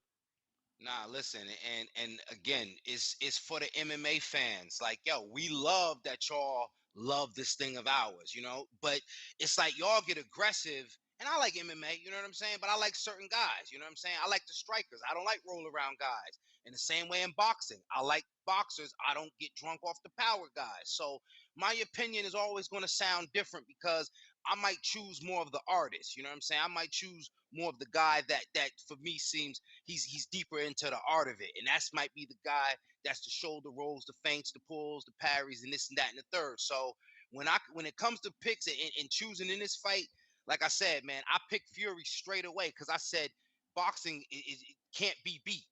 You know, boxing can't be beat to me, you know, but in the boxing ring, you know what I'm saying? I figure a guy that was a novice and was like a fish out of water, I just said, yeah, I actually said Fury by stoppage. Maybe I was on something. This is what I'm trying to tell you, Ness. This ain't again, this ain't I was trying to be objective as possible. I had Fury by stoppage, I believe, because I just said to myself, this fucking Grizzly is just gonna be mauling this novice who don't know how to keep his hands, you know, don't know how to stay on the phone and this and that. And that just didn't happen. So really, I really got to tip my hat to Ngannou and encourage him. Encourage him. Stay in boxing. MMA. You see, Conor McGregor ain't going back, right? These cats ain't going back, man. Stay on this side, man. Sweet over here. For sure, for sure. Let's see what we got. We're going to go to these phone lines. Big If, back at us. Yo. What up, You what can hear up? me? You can hear me? Yes, sir. Yo, salute. Morning, man. Top of the morning to both of y'all, man. Top of the morning to everybody in the chat and all that, man. Salute to everybody, man. But I gotta eat my crow, man. I thought Fury was gonna dance on him, do a gypsy dance on him while he knocks him down and all that. Turns out Ngannou had to knock down and did the Cameroonian bounce on him. So He did fucking start dancing. That was sad. yeah, facts. I gotta eat my crow on that. But there's a lot of I don't know if I keep saying, man, y'all dudes talking about you hardcores. I'm not jacking that. Y'all dudes is boxing baddies, man. Like, how can he win based off 2 rounds? Thank you. I think what it is he got a knockdown. So because they were not expecting an MMA guy to get that big of a knockdown, they're probably celebrate thinking that he won the entire fight. But to me, definitively, I could give him 2 rounds. That's it. The third with the knockdown of 10-8 and the 8th round when he was going crazy. But other than that, Fury won the fight. Like Ngannou, he did really good. I can't even lie because I thought he was going to get knocked out. You know what I mean? So I give him a lot of mad props. But this is why I keep saying, man, we can't just give these guys the title of the best fighter in the world, man. We gotta let them fight everybody else, Why? man. There's a lot of people in the heavyweight division that Tyson still got to fight. You know what I mean, to prove himself. So, but it was a good fight, man. Yo, before I remember in this show before the fight, man, people calling me talking about this is the worst card ever. You know, like I remember that. I remember the calls. This is a horrible matchup, and now everybody switched up talking about Tyson Fury's whack and all that shit. Come on, dogs. Y'all dudes is not boxing fans, man. You're not hardcores, man. Nope. Anyway, salute to you, and I'm out. I agree with you every time, bro. They not boxing fans, though. They switch up so quick. It's crazy. You right. This was a garbage card. I was pouring my heart out day after day trying to tell you how good the undercard was, how many exciting heavyweight fights there were, how many relevant heavyweight fights they were. And now look at y'all.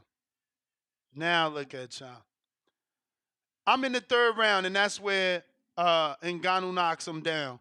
And I am so right about the 1st round where Tyson lands the big right hand. So again, anybody giving that 1st round to Ngannou, you just looking for some sort of way. But I got G-Ball with a $5 super chat. This is a great super chat to debate. You capping for a split decision against a man that never boxed before, that you claim Tyson Fury, was the greatest heavyweight of all time. So somehow Tyson isn't the greatest of all time now because he had a controversial fight. Well, let me remind you, Castillo, Floyd Mayweather, that was controversial, right? Yeah, Ness, you right. Okay. Let me remind you, Oscar De La Hoya, Tito Trinidad, You may feel like that it's was your time, controversial. but it's not your That time. was controversial. Oh, yeah, Ness, you right. I know I'm right. Felix Sturm, Oscar De La Hoya, that was controversial. I know I'm right. It's okay. There's a number of your favorite fighters that got controversial fights that it doesn't matter. You don't take away from Mayweather's greatness because he had a controversial fight with Castillo. So, you can lie all you want. The truth is, Tyson still is the greatest heavyweight, active, and maybe of all time. Why? Because he didn't lose. He still didn't lose. So are we saying that Muhammad Ali didn't struggle? Or are we saying that Joe Frazier didn't struggle? Or are we saying that George Foreman, Evander, like who didn't struggle in the fight with what? Like when? When didn't they? Pacquiao didn't struggle? He didn't have any controversial fights?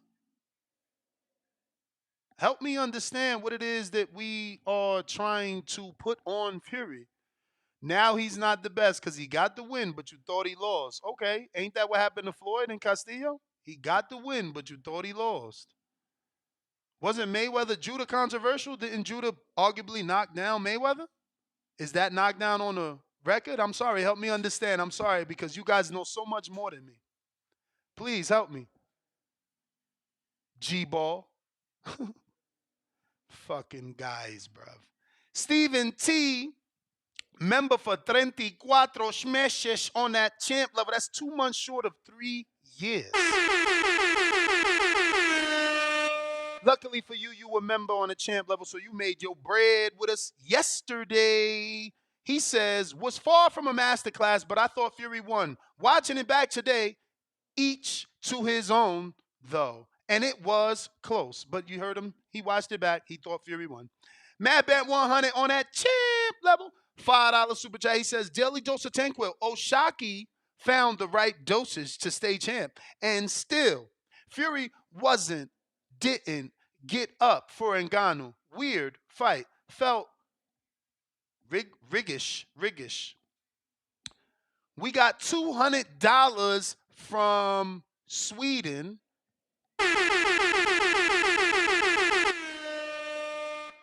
Have no clue how much that is, but you know, still 200. He said Troll Baiter is his name. Fury was dropped by Nevin Pickett and Steve Cunningham, two small non-punchers. Fury has always made mistakes in the ring and paid for it. A good counterpuncher is Fury's kryptonite. Klitschko and Wilder aren't good at countering. Okay. We got Julio Guzman right back at us with a $5 super chat. He says, the more Amin opens his mouth, the faster his boxing credibility goes down the drain. Damn, Amin. Optimus Prime with the fat $10.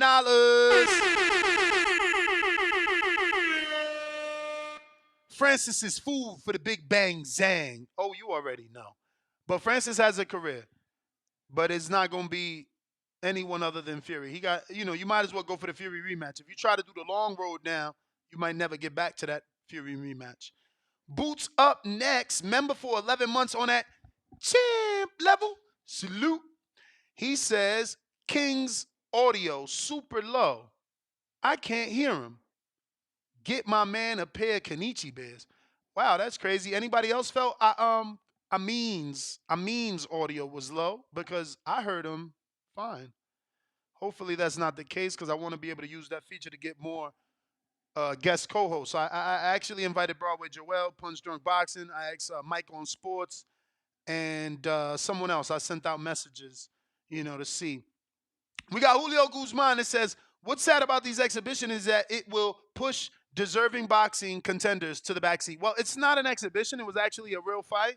But you're right about, it could possibly push Usyk back because the demand for the rematch, the money for the rematch, the Saudis might want it again.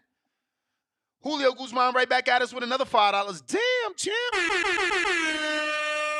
I prefer boxing, but in MMA, the best fight, the best. Where in boxing, the best fight, the best on Twitter. You ain't lying. Pinecone Tampoon, welcome to the prospect level. You might as well join to the champ. You could have made money with us, B. You feel me?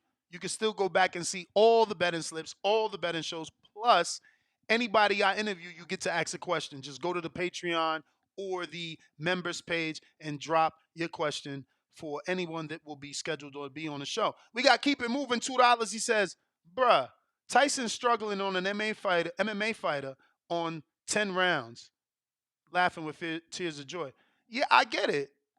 Y'all wasn't expecting, and that's why they're over amplifying it because they expected the same guy that knocked out Wilder, the same guy that was dominant with White, and they didn't get that. So automatically their brains are telling them Francis won, but that's not how you score. It's 10-point must system, round by round scoring. Jesse Aguilar, $2. He said, send my info on IG for the shirts. I got you, Jesse. I will check that now. In the meantime, in between time, we going out to the callers. If you haven't already, hit that thumbs up. We need you to do so. It's going to help with the visibility of the show. It's going to put this episode in the eyes of other boxing fans that don't know. We talk boxing every day, multiple times a day. So let's go out to... Oh, wait. Let me check if I got counter punches. Don't want to leave anybody behind. It's trying to cut that line, which we do have Patrick cutting the line in the 4-1-3. Or did we get to you, Pat? I don't see you. Shit. Pat, I don't see you. Did I get to Pat already? I feel like I might have. All right. Then that means we got to check this here. Make sure we're not leaving anyone behind. And we got Treese in Toledo, Ohio with a counterpunch. First counterpunch of the day, Treese. Actually, second. We got one from my man, Patrick. Treese. Yo. What up? What up? Yo, what yo, up? yo. What up? What up, though? What up, though? It's just, like I say, man. It's just a big kerfuffle that you caused, man. Lying to the people, telling them that Ngannou didn't have a chance, man. It ain't about whether or not he won the fight. It's about, you said, like you say, no moral victories, but I ain't going to hold you. It's a bit of a moral victory in a way. But that's just, but that's either here nor there. I ain't going to hold you. With the Ngannou shit, what's next up for him, I'm with you, though. I don't know if he need to dive back into the PFL shit. What you think about him and Wilder now? I mean, that's what I thought he was going to do. That's what I thought he should have. I would have liked that fight anyway. I would have said, yo, Fury, give me a rematch. And if he don't want to give me a rematch, then I want Deontay Wilder. Do y'all want to see me beat up Deontay Wilder? Like, he should have lobbied for another fight. He didn't use the moment. But, that's an MMA fighter for you. He's not used to being on a big stage. But it's crazy. Yeah, I would like him to call Deontay Wilder out or something like that. It makes sense, and they in Saudi. I know they got all type of money floating around that motherfucker. That would have sparked the Prince interest, I'm sure. And then I'm thinking, in the back of my head, I'm thinking Dana White. I know he's somewhere with his arms crossed, mad as fuck. Like, damn. See, Deontay Wilder is the heavyweight that you don't want, but it's the heavyweight that we needed. He would have represented us. He would have knocked out. Yeah. He would have knocked out Ngannou or died trying. Yep. And it's just, I ain't gonna lie, and it's just they styles is like that. Like, I know you don't watch the UFC, but that's our type of shit. Like, Ngannou was a swing and bang type of guy. He was a swing and bang type of guy in the UFC. So he was trying to, like, him, I ain't gonna hold you. I knew that he had it. Like I say, it's fighting in general. He was gonna stand a chance. He throws punches for a living and all that good shit. That's how I was looking at it. But I was looking at it like Ngannou, like, he gonna come in and swing and bang. But the fact that Fury is a boxer, I feel like Ngannou came in on some technical. I wasn't expecting Ngannou to be so buttoned up on the boxing side. You get what I'm saying? Like, I thought he was gonna come and try some. You feel me? Some other shit. It was Fury fault, though. It was Fury fault. He gave him way too much respect. Way too much respect. I don't care how much the power was that there. Got him caught. He gave him too much respect. And that's what got him caught, because he was being too careful. You feel me? He was impressing the action as being a boxer, though. He was impressing that jab, wearing him down with the reach that he did, because you could see that Fury had the reach, but it didn't look like he was like stressing the fact. I mean, I guess I ain't gonna hold you. In a minute, I'm looking at it like this is a get in shape fight. You feel me? He used it to get in shape. I feel like some people a little hurt because if they do feel like Ngannou won, they feel like, oh, they just didn't give it to him because they want to keep the Usyk fight alive, but then that shit got canceled anyway, so you can't even use that as an excuse. But it's not your time, champ. That is the bell. That is the bell. That is the bell. But we do got some more counter punches coming from Tyron. But let me go to actor Omar Epps, who had an opinion. And this is why these crossover events are important. Omar Epps says, so besides Francis Ngannou winning the fight, is no one going to talk about the intentional elbow Tyson Fury threw and landed? That should have been a point deducted. It was egregious enough to forego a warning from the ref. Save the sport of boxing. Man, is this the fucking actor that did Love and Basketball? Is that Omar Epps? Who's Omar Epps? I gotta find out who's Omar Epps. But this guy don't know shit. I don't give a fuck. I know everybody's entitled to an opinion, but bruh, if I'm first of all, look at that shit. It came like that because of the left hook. You know what? I'm over that. I'm not even gonna explain it no more. It is what it is. Everybody is entitled to their opinion. They can believe what they want. Fury got the win. That's all that matters. Y'all gonna be mad forever. Pinecone Tampoon, use the logic of an MMA fan. Boxing is way better because Canelo beat the shit out of Ngannou on the way to a fight. I don't know what the fuck that was. Tyron, what up? Counterpunch. Yo, hey Trump, just wanted to counterpunch real quick. Did you see? I think I tagged you in there. What Usyk had supposedly said about them postponing the fight. Nah, man, but you could tell from yesterday that the date of the 23rd didn't look like something Frank wanted to commit to based off the performance. They were not expecting a 10-round fight where Fury got knocked down. So Frank is being a promoter trying to give, in my opinion, this is just my opinion, I think Frank is being a promoter trying to give Fury, enough time to get rest from everything that happened. Yeah, but Usyk saying that we have a contract that says it has to take place on the 23rd. Let Fury vacate his title first, then he can take his rest. The fight must happen on that date. So that's gonna be interesting, man. The back and forth once again with those two. And also, last thing, how do you think the production and the event and everything went? Wise, I think it was a Nah, I good loved it. production. I loved it. It Yeah, looked it good to was me. dope. Yeah, it was something different. And I wouldn't mind more boxing events over there too, man, because they put on a hell of a event and production, man. I really love that. So I just wanted to hear your thoughts on those two things, champ. But yeah, that's just my counterpunch. Appreciate you, man. Appreciate you. Appreciate you. We going out to Rocky in the 954. What it do? What it do?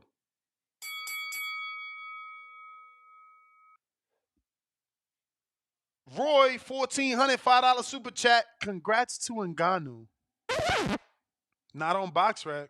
Let me share that for Roy. Roy, this is what it looks like. This is the face of a loser. This is the face of the guy that lost. 0-1. Half-star fighter. You feel me? That's what it looks like. Rocky, jump out, jump back in. SDX Renzi, what up? Shout out TBV, man. Make sure y'all smash that like button for Ness in here putting in that work again. Ness, I want to say, man, I'm a huge supporter. I'm with you when you right, Ness, but I can't be with you when you wrong, big dog.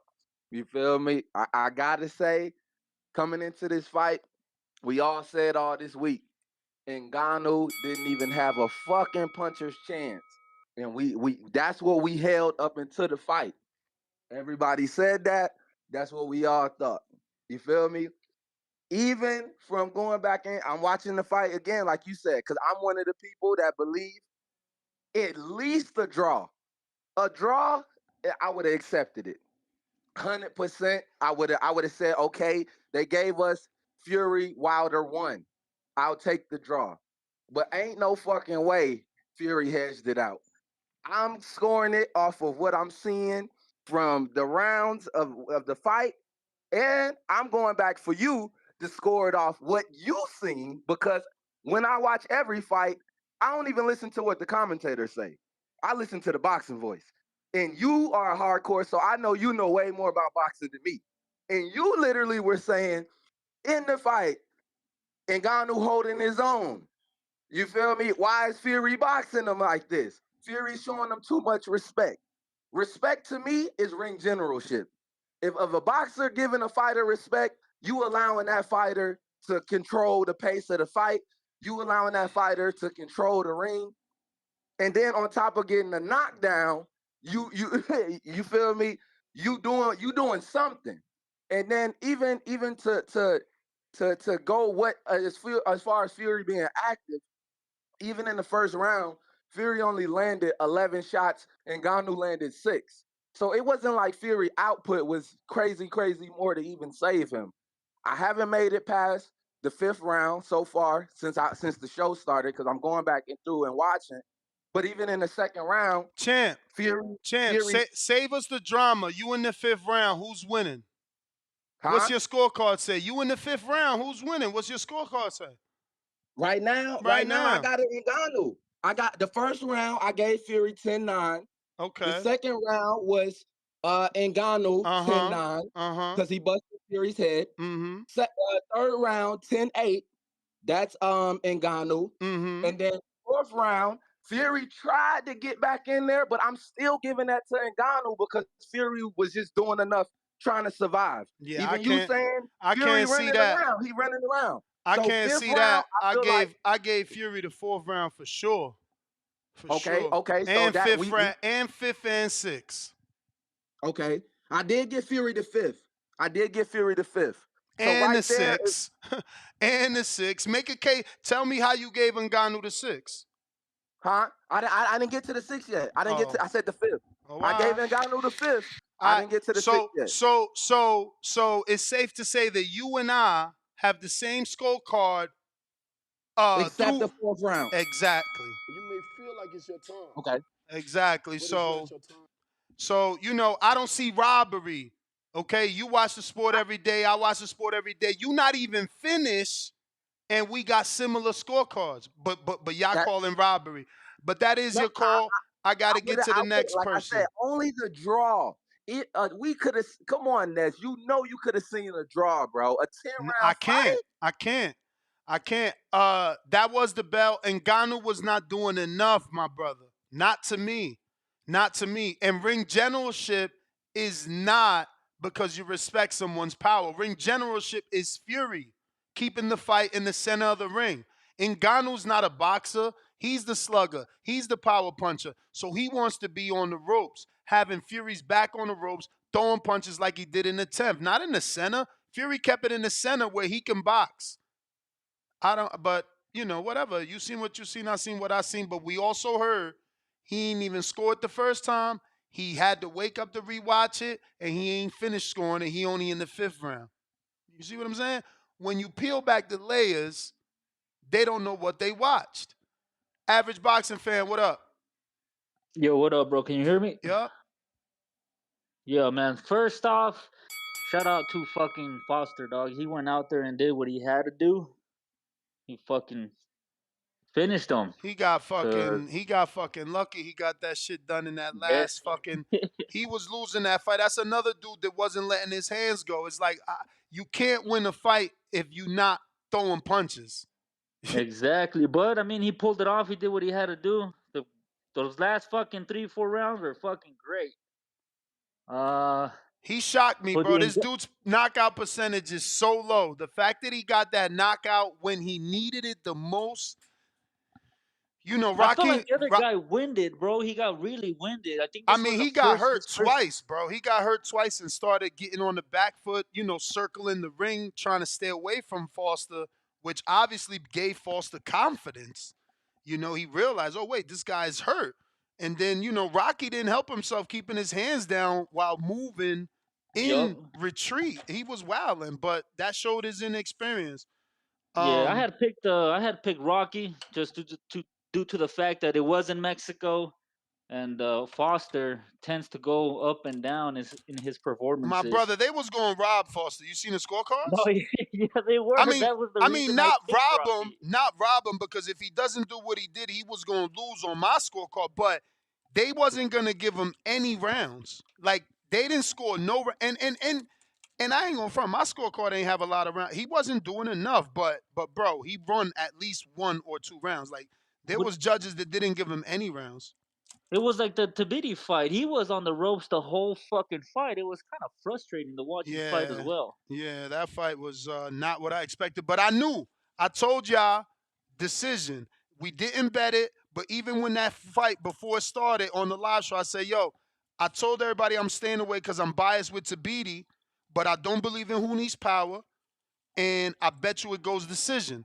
I'm just not betting on it. And sure enough, who needs power ain't real, bro. These Yep. other And for countries, we don't do the that.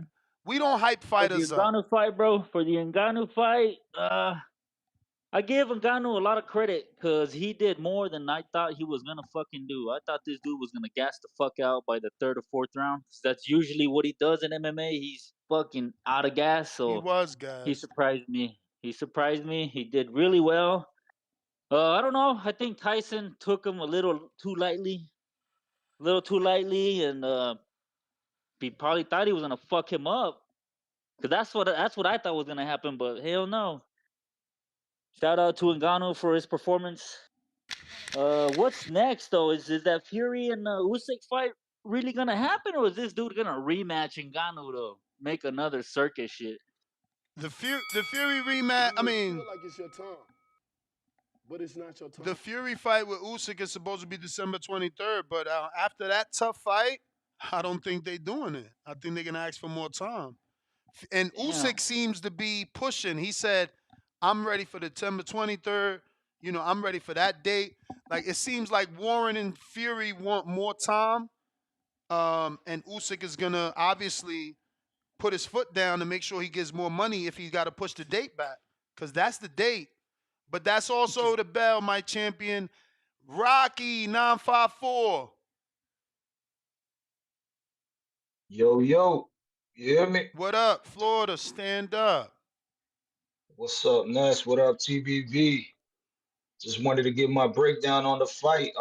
Shout out to Ngannou. He did way better than people expected, but he clearly lost the fight. Of course, you got to give him that third round, but outside of that hook that he landed to get the knockdown, he was losing that round. I gave him the seventh round, but it's not like he dominated Fury. He landed like one clean right hand. Outside of that, all he did was pressure. But if you're not landing much, I mean, all right, I'll give it to you. And then the eighth round was definitely his best round of the fight. But I think that was more so Fury choosing to try to gas him out and just stay in the pocket and hug and make Ngannou let his hands go so he can soften him up. Which is kind of a mistake for Fury because he's an MMA fighter. So this dude is used to all that, roughhousing inside. But other than those rounds, I don't see what you can give Ngannou. Maybe the fourth round, that was kind of a toss-up. If you want to be generous, I guess you can give it to him. But if not, I mean, you got to score round by round. I don't see how people saying that Ngannou won the fight. It was a good game plan by his team for his limited experience.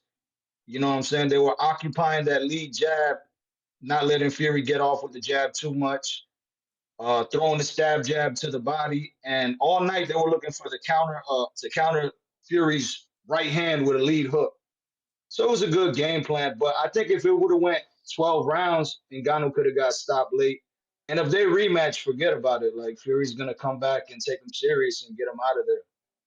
But yeah, man, these MMA guys, you got a moral victory, but chill, champ. Y'all didn't win.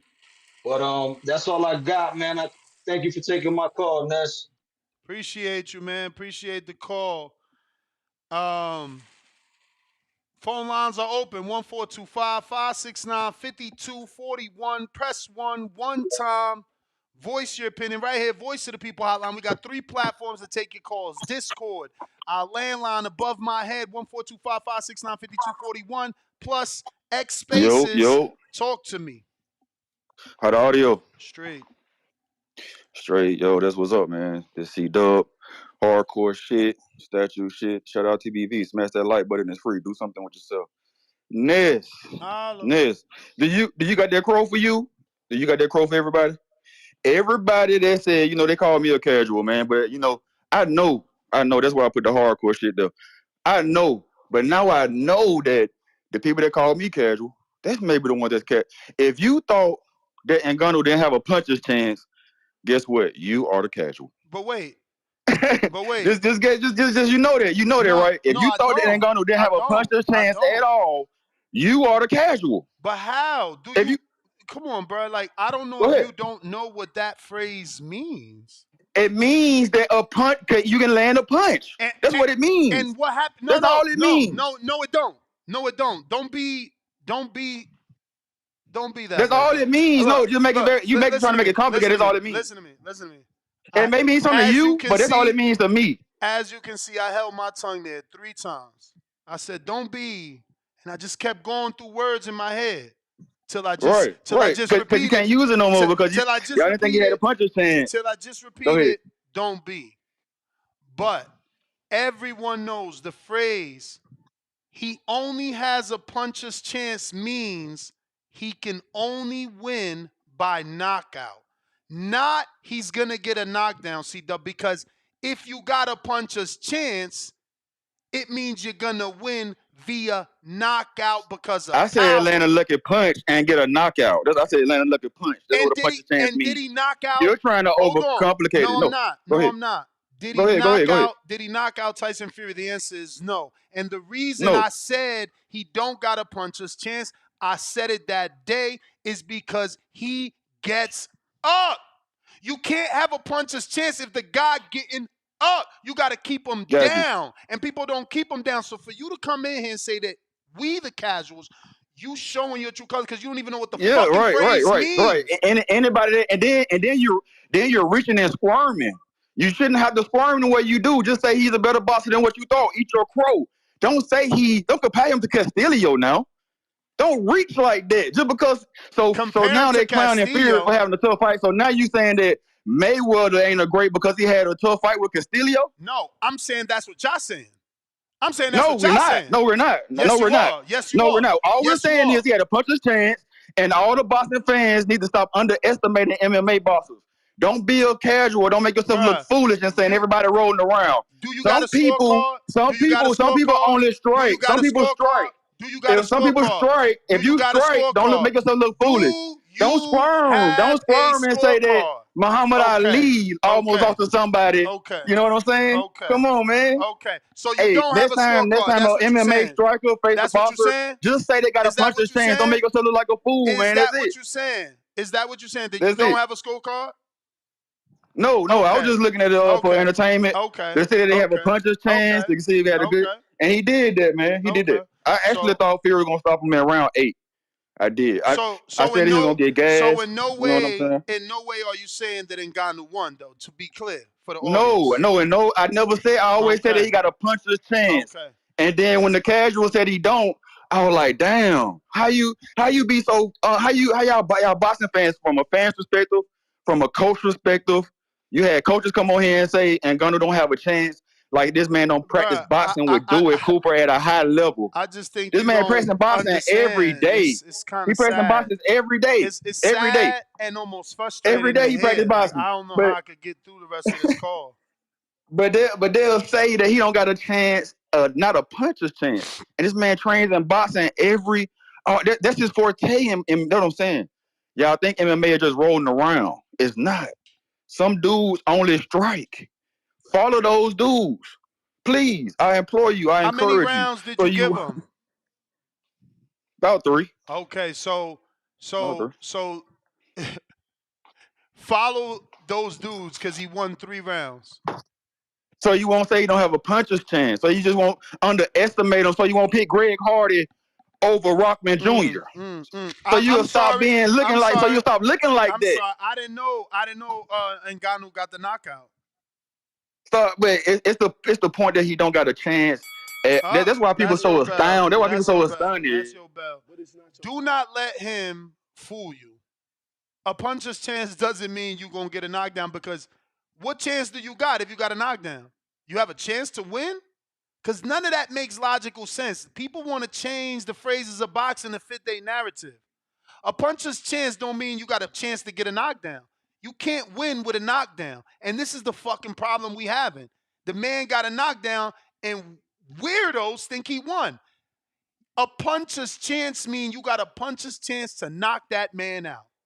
And in my opinion, based off what I seen Fury go through, I said he don't even got a puncher's chance. Was I right? I was right. Why? Ngannou landed his punch, Fury got up. End of story. In order for you to be right, Fury would have not, he would have to have not gotten up. I mean, it's just English, bro. Like, you guys are weird as hell. Joseph, what up? Big Supermax. Yo, what's up? All right, so at the end of the day, this is all Fury's own fault, man. He went in there. He looked terrible. I told my brother in the first round he looked flabbier than normal. He went in there thinking, dude, was one guy went in there half-ass serious, and the other guy trained his ass off. So I'm not going to take anything away from Francis Ngannou. He did lose the fight. I think I gave him 3, 4. You breaking up? You breaking up after I think I gave him. Yeah, I think I gave him 4 rounds tops. I gave him 3 for sure, but 4 tops. But he exceeded expectations, and that's what we have often in these boxing matches. We see it all the time. When a guy fights better than expected, everybody wants to say he lost. He got a knockdown. That's we can't take that away from him. But Fury underwhelmed us. Fought a had to fight a tactical fight. It didn't look like he took it serious. And props to Dewey Cooper. The footwork of Ngannou didn't look. He wasn't standing like an MMA striker. He was patient. Footwork. Man, my man was flat-footed. Oh my That's what I'm saying. fucking God. About his base. His base wasn't an MMA base. His base was at least a boxer's base. You could tell he was sitting there. Was he in an MMA base when he did a fucking Superman punch? I mean, dudes just see what they want to see. Come on. He said that was at the end of the fight. That was at the last 5 seconds of the fight. I don't even give a damn about that one. Sure. Like I had Fury winning. Like I said, I gave Ngannou 3, 4 rounds max. But I mean, he asserted he presented himself well, and that's Fury's fault. Fury went in there to get a check, bullshitted around, it showed up. And I think the weight of Ngannou played a big difference. Fury wasn't able to outstrength him, just throw his weight on him. And then the 2-inch reach difference, I think all that played a factor. But nonetheless, Fury looked unimpressive in a win against a guy who quartered himself well and can take the moral victory for him. But I actually want to see Ngannou and Wilder. That shit looks like it would be explosive. Ngannou's got some pop to him, but Champ. yeah, I can't. I mean, Champ. What's up? What's that phrase mean to you? A puncher's chance. Yeah, you can only win by knockout, bro. I don't know what C-Dub. C-Dub is an undercover hardcore MMA fan, I think, bro. It's starting to expose itself. But at the end of the day, boxing fans, we got to eat crow. We thought Fury was gonna go in there and destroy him, and we can't blame nobody but Fury. He looked like shit yesterday.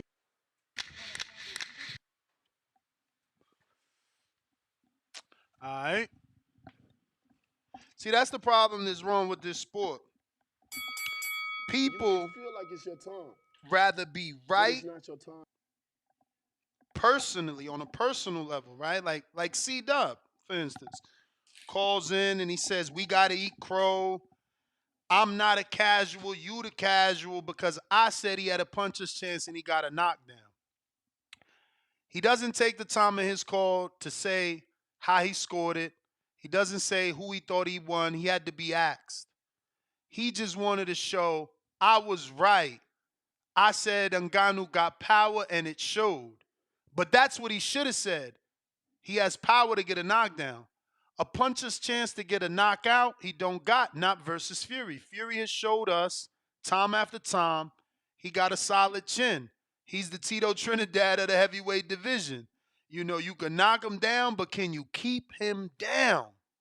That is the difficult thing to do. I got anime all day TV.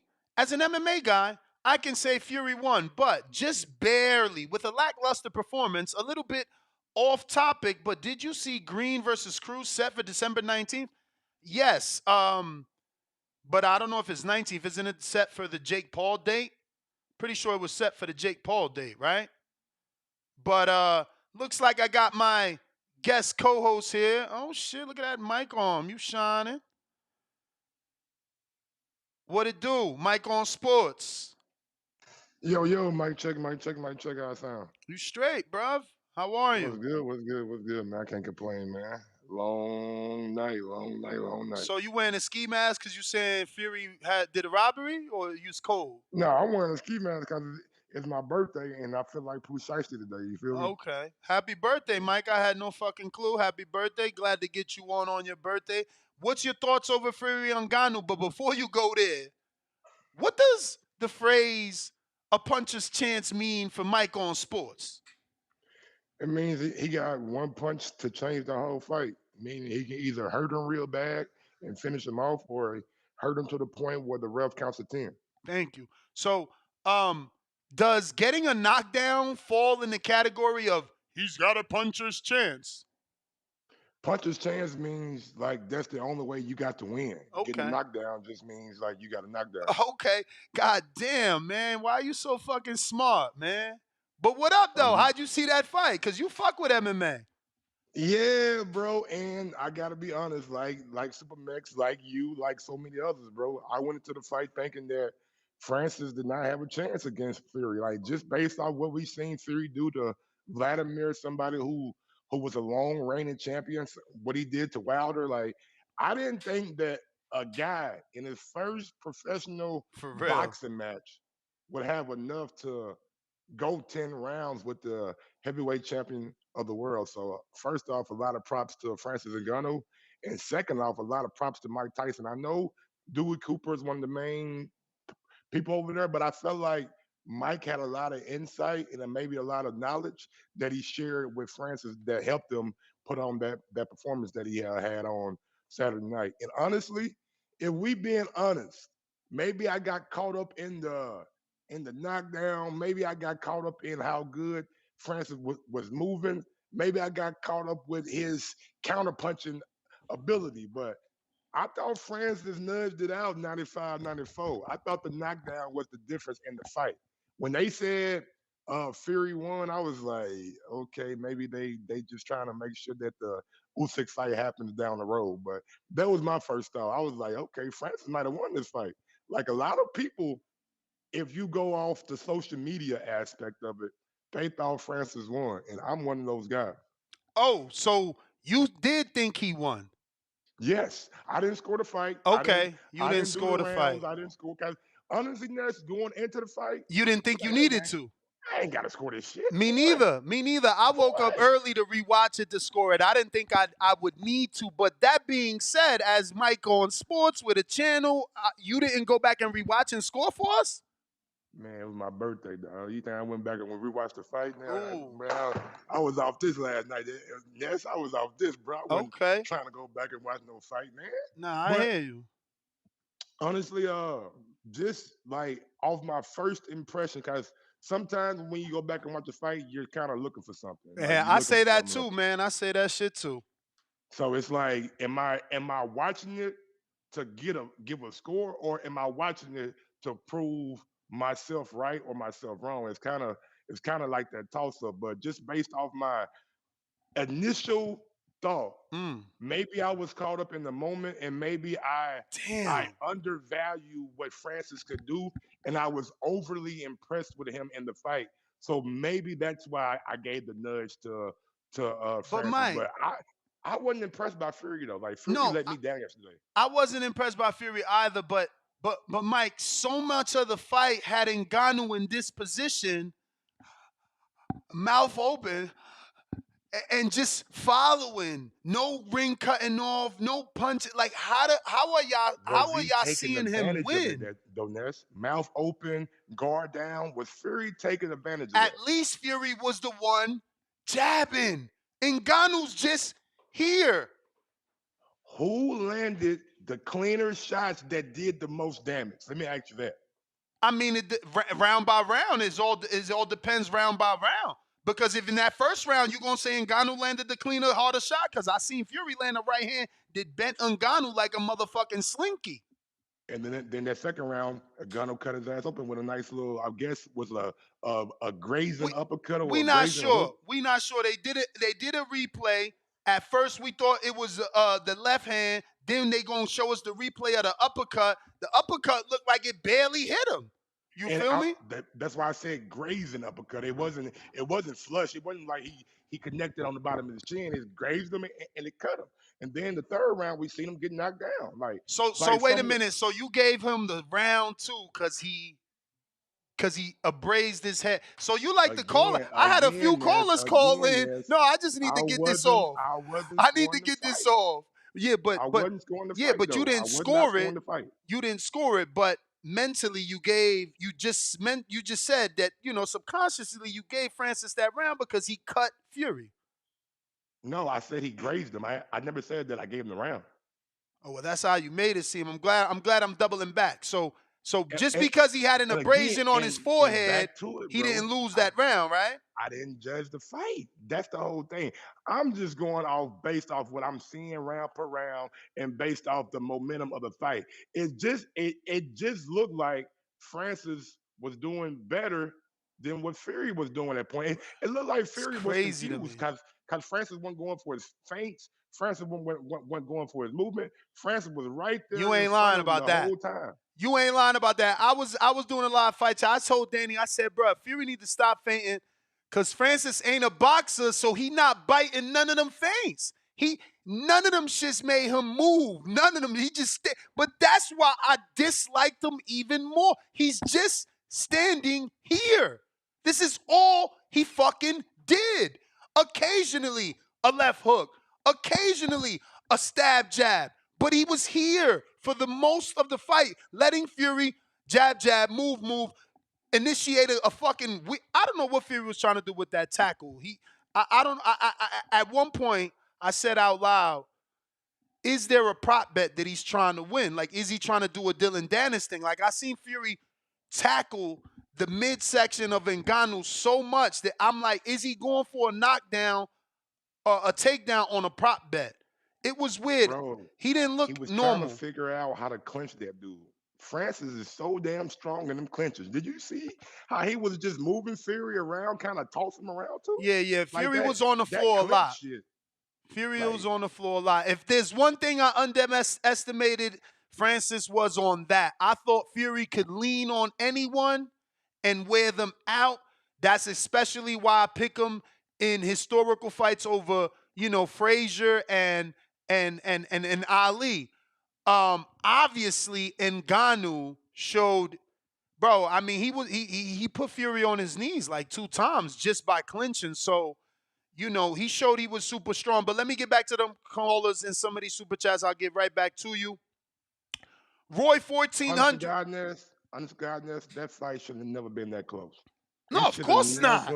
Ever. Of been course that not. close. I can admit that. I can admit I never in my life, never in my wildest dreams expected an 0-0 MMA guy to give Tyson Fury, as big as he is, as skilled as he is in boxing, I never expected, to have let alone a controversial fight, bro. I just never expected that. And truthfully, I was physically looking at prop bets, right?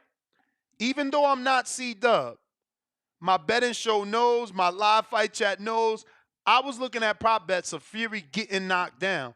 Just cause I never play those prop bets. But it was not a serious thought. That's why I didn't put the money down. Like, the fact that he dropped Fury is crazy, bro. And granted, Cunningham had done it, but it's always happens to Fury. Not always that, because obviously he took those Wilder fights serious, but these knockdowns happen. They're like flash knockdowns for Fury. I just always see him responding well from a knockdown, so I don't count him out. That's why. And this might not be a popular opinion, but I think Fury underestimated Francis Oh, of Ngannou course. going into the fight. Oh, of I don't course. even think he probably put in the type of work that he put in for a Wilder or for a Vladimir Klitschko.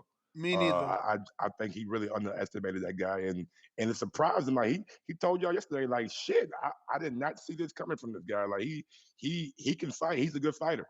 Yeah, no, he said it over and over. They kept asking him questions, and he's like, bro, he's just a good fighter.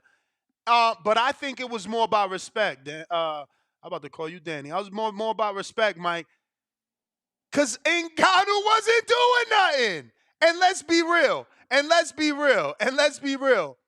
If you're a boxing fan that watched Fury, we seen he was not, like, he was rusty. His timing wasn't there. The accuracy was not. Every time he shot the right hand, he fucking missed for so many times till he finally picked up the rhythm and was able to actually land the right. But, like, he couldn't even land. And don't tell me it was Ngannou, because he wasn't doing any fucking head. My man is a mummy. He's a mummy. But it's okay. I'm glad boxing did it this way. Boxing is so smart. Fury was rusty, what the hell was Ngannou? A nigga who never fought in boxing before. No, for sure. A novice. For sure. A novice. For sure. Listen, I'm not taking anything away from Ngannou. It's like everyone else is saying, this is Fury's fault. It's like you just said, he didn't take him. Look how fat he is. He wasn't this fat in the third Wilder fight. He was heavy. He wasn't this fat. Like when Ngannou dropped him, you seen the cellulite shake. Go watch the replay. It shows the whole backside of the left. His cellulite out of control. His love handles is ridiculous. And let's be real. Where was the stamina? He didn't go to the body like he did on Wilder. He didn't do nothing that he did in the past. So he didn't take him serious. They didn't have a game plan, which is crazy because Sugar Hill was there. But and honestly, like Francis made a investment to the body in that first round. Like he probably seen what Wilder was doing in that fight. He was like, that kind of slowed Fury down a little bit. Yeah. I'm watching it again. I'm back on round one, my man. And look, round one, keep in mind, round one is the round that he lands the 1-2. But if you watch my live fight chat, I'm literally saying, bro, Fury's playing games with this dude. Why he ain't doing a 1-2? You can't have your hand down here with a dude 6'9" that could do a 1-2. And Fury was letting him do that. He just had way too much respect. Now, I get it. He the one felt the power. Now we know why he went down. Cool.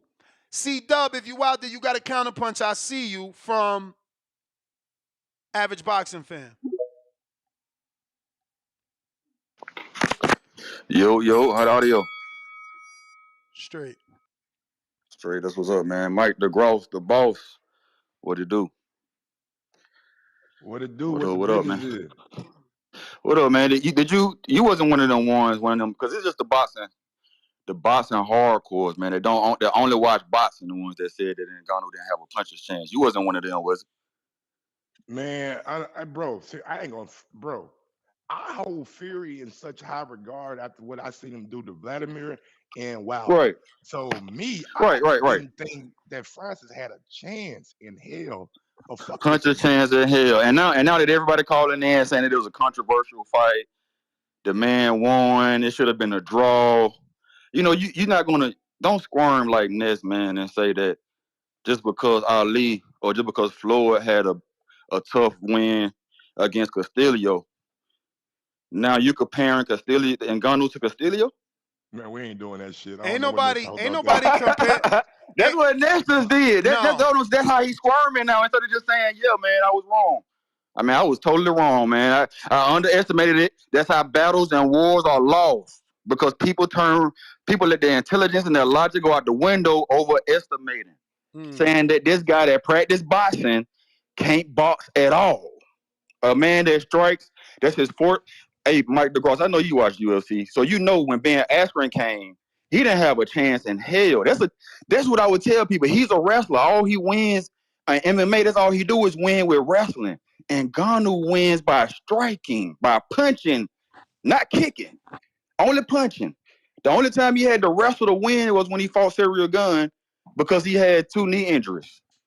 But anyway, man, let's just not squirm. Let's just say next time an MMA boxer, a striker, not somebody that roll around on the ground like y'all casuals like to say.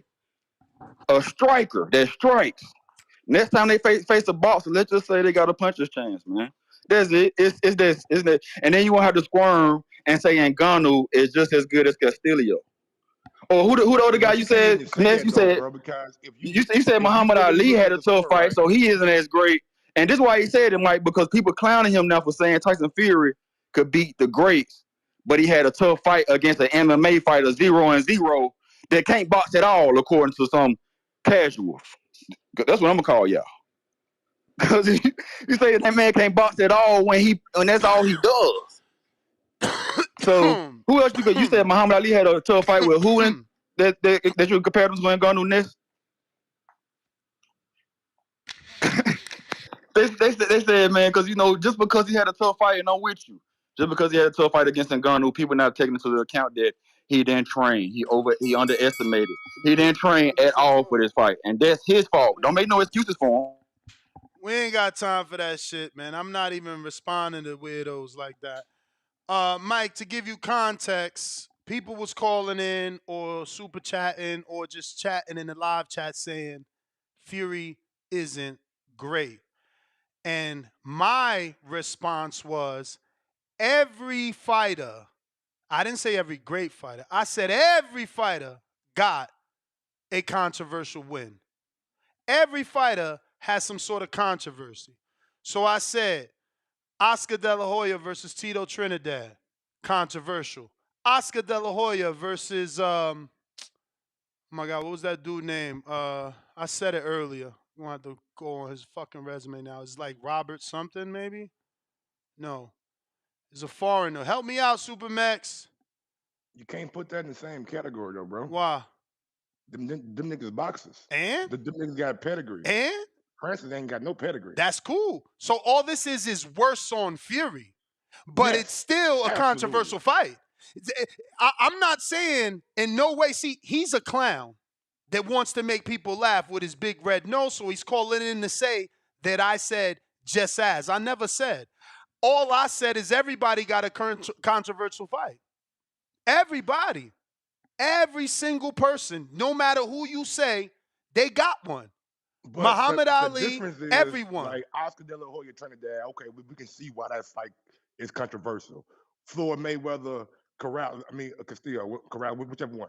We can see why that fight is controversial. But when it goes to Francis and Fury, why can't you see why it's controversial? No way in hell that it should have been controversial. And that's fine. And that's fine. Performance getting ready for the undisputed heavyweight fight coming in December. Instead, that fight is pushed back because Fury took some damage against a guy who had 0 wins, 0 losses, and 0 fights. Mm-hmm. Now, how is that different from any other controversial fight, other than the fact that you continuously bring up that Ngannou's not on those guys' level? That's the biggest thing. But it's still a controversial fight. We're not disagreeing that. It's the level of it. It should have never been a controversial fight. But it is, though. But it is, though, right? Like, so you're saying it shouldn't have been, and you're mad every time I keep saying, but it is. So please tell us, what category should we put it in? A letdown. Okay. So, fucking letdown. So you let a dude, and we scream about the sweet science. Oh, this shit is that is more complicated than UFC. These UFC guys can't come in and fight like, bro. You had the heavyweight champion from the UFC who Dana White let go, who kicked him out on the street. Dana, you look kind of dumb right now. But anyway, came in 12-week camp, 3.5 month camp, and you let him show this against our top level heavyweight champion of the world. That's tough, bro. Now, can we agree that no matter what UNC Dubs say, it's still a controversial win on his resume? Absolutely. Okay. So, can we agree, just so that we're friends, that it is probably the greatest controversial win? Meaning, all the other ones, those guys were actually boxers, had pedigree, they had a fighting chance because they knew the sport. Like, this one is embarrassing. Like you said, it's a letdown. But it doesn't change the fact that it's still a controversial win. It doesn't change that. I wouldn't go as far as says the greatest controversial win. Well, I mean, everyone else, the way you guys are making it seem, everyone else has reason to be in a controversial fight, but this guy is 0-0, so Fury shouldn't have been in a controversial fight. So it's the standard now. For who? For never to be in a, for the worst controversial fight ever. Like, because Mayweather was in a controversial fight with Castillo, and Oscar's in a controversial fight with Tito Trinidad. This guy's in a controversial fight with a novice. So it's like, it's a, like you said, a letdown to the sport, right? That's all I'm saying. That one is on, this one looks the worst for us. I'm going to go ahead and kill this shit real quick. Okay. What do Jake Paul do against MMA fighters? He beats them. Beats the fuck out of them. Mm-hmm. Right or wrong? Has Jake Paul ever fought an MMA fighter on the level of Ngannou? You can't try to be preschool. I got 3 questions for you. Go for it. Go for it. Is Jake Paul on the level of Tyson Fury as a boxer? No. And if we see Jake Paul do this to MMA fighters who never boxed, shouldn't we have the same or even more expectation for a guy like Tyson Fury? Of course. That's all I'm saying. But again, it still just makes it a controversial win. That's all. Bro, you can phrase it how you want to phrase it. You can make it sound great. You can make it sound like Fury had a great fight. No, I ain't saying he had a great fight. I think you misunderstood me because I used the word greatest. Can we just use like letdown? Like what we gotta say controversial? Can we just use like a letdown? But you don't want me to use controversial so that I can't bring up other fighters that had the same experience? Because you want me to say letdown. But let me ask you this then. Are you saying that there were no Mayweather fans that were let down, that he let some Mexican win? When? Castillo. When you let somebody win? Castillo. Like that's the general consensus for Mexicans, and that's why Floyd rematched him. So was the culture let down because Floyd was in a tight fight? No. Nigga, you part of the Fantastic Four because you reaching right now. I mean, call it what you want. Call it what you want. What about the Mexicans? Were they let down because Oscar was in a controversial fight with Felix Sturm? I don't think so. Okay, then. It's just a controversial fight. And every great has them. You know more people that had controversial wins in your time period being in this sport. All I'm saying, and all I did was defend Fury. We going back to the original casual Dubs argument. I said, just hear me out. I said, just because Fury had this fight where he did not lose doesn't mean he's not great. Because I've seen greats have controversial fights. That's all I said. He wants to call in and say, I'm comparing Ngannou to Castillo or Ngannou to Trinidad. No, I'm giving you fights that were controversial with greats. That's all I did. That's all I did. Trying to further prove that Fury, regardless of how ugly this win is, can still be considered great. That's my only argument. I'm sorry that people in this sport seem to forget that, you think Fury was in trouble losing that fight? Never. And let me tell you this. Never. And let me tell you this, Mike. I got the fight on again. And if you play it again, you will see that DraftKings never made Ngannou the favorite. They never made Ngannou minus money. Never. You can look all you fucking want. We was live betting. They never made him the favorite. On ESPN, they was using DraftKings on ESPN. And so they lied? What you mean they lied? They never showed Ngannou minus money. Show me. Did. What round? I'm going to fast forward. Tell me. They did. Tell me the round. Bro, it came up on the screen. All right, I'm on round 4 right now because I did it again. I'm going to start looking from this round on. Or round 9. Maybe okay. round 10. Cool. It was like the last 3 or 4 rounds. But Ngannou, I'm a I fast believe forward. at one point was minus 100 and Fury was plus 125, if I'm not mistaken. Let me see. I'm gonna try and fast forward. Against a UFC fighter. I'm in round 8. It's timestamp 226 now. Let's see if we see that. Fury better call Jake Paul and ask him what to do with these dudes. I mean, you ain't answering the question. That's why I always love this guy as a co-host. I agree. It's He a knows. controversial He fight. knows. He It's knows a how. controversial win. No. But that ain't the right. question. That ain't the Okay, question. sorry. The question is, can Fury still be considered great, or is he not great because of this fight? Oh, come on, man. No, I need you to answer it. We ain't gonna take a nigga whole career. I need you to answer it because I got this guy. Minutes. I got this guy getting free counterpunches from this stupid public who believes he's smart. So I need you to tell me, is Fury not great because he had this fight? Absolutely not. Okay. Fury is still a great fighter and a great champion and a great heavyweight of the past 10 years. Okay, because one fight will never change that. This One is fight, now. I'm sorry. The unified title that he won against Vlad, he etched in history. What he did against Wilder, he's etched in history. So and he got a fight coming up with Usyk. If he win that fight, like all this shit gonna be forgotten. He is gonna go down as the greatest heavyweight of the last 10 years. And that's all I'm saying. One fight that you win on paper doesn't take away your greatness.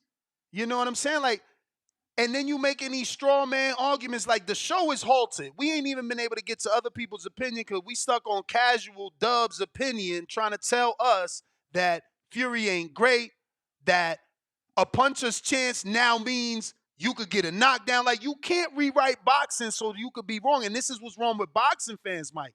We can't be happy we had a good fight where an MMA dude came out of nowhere and gave one of our greatest fighters the fight of his life. No, but we I'd can't rather look not at it say and be that. like, damn, homie.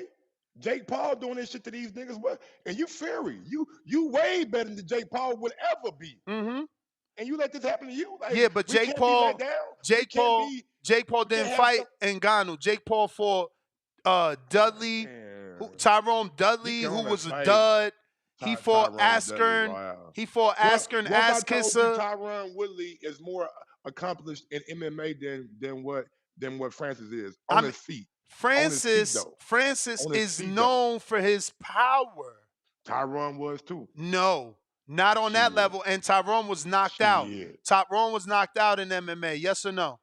No, I don't think he got knocked out in MMA. C-Dub, where you at? He got a counter punch anyway. They paying for these. I don't know why they paying for this man calls. I don't know why y'all paying for this man calls. He ain't saying nothing. I think he got knocked out his last fight. You may be right. You may be right.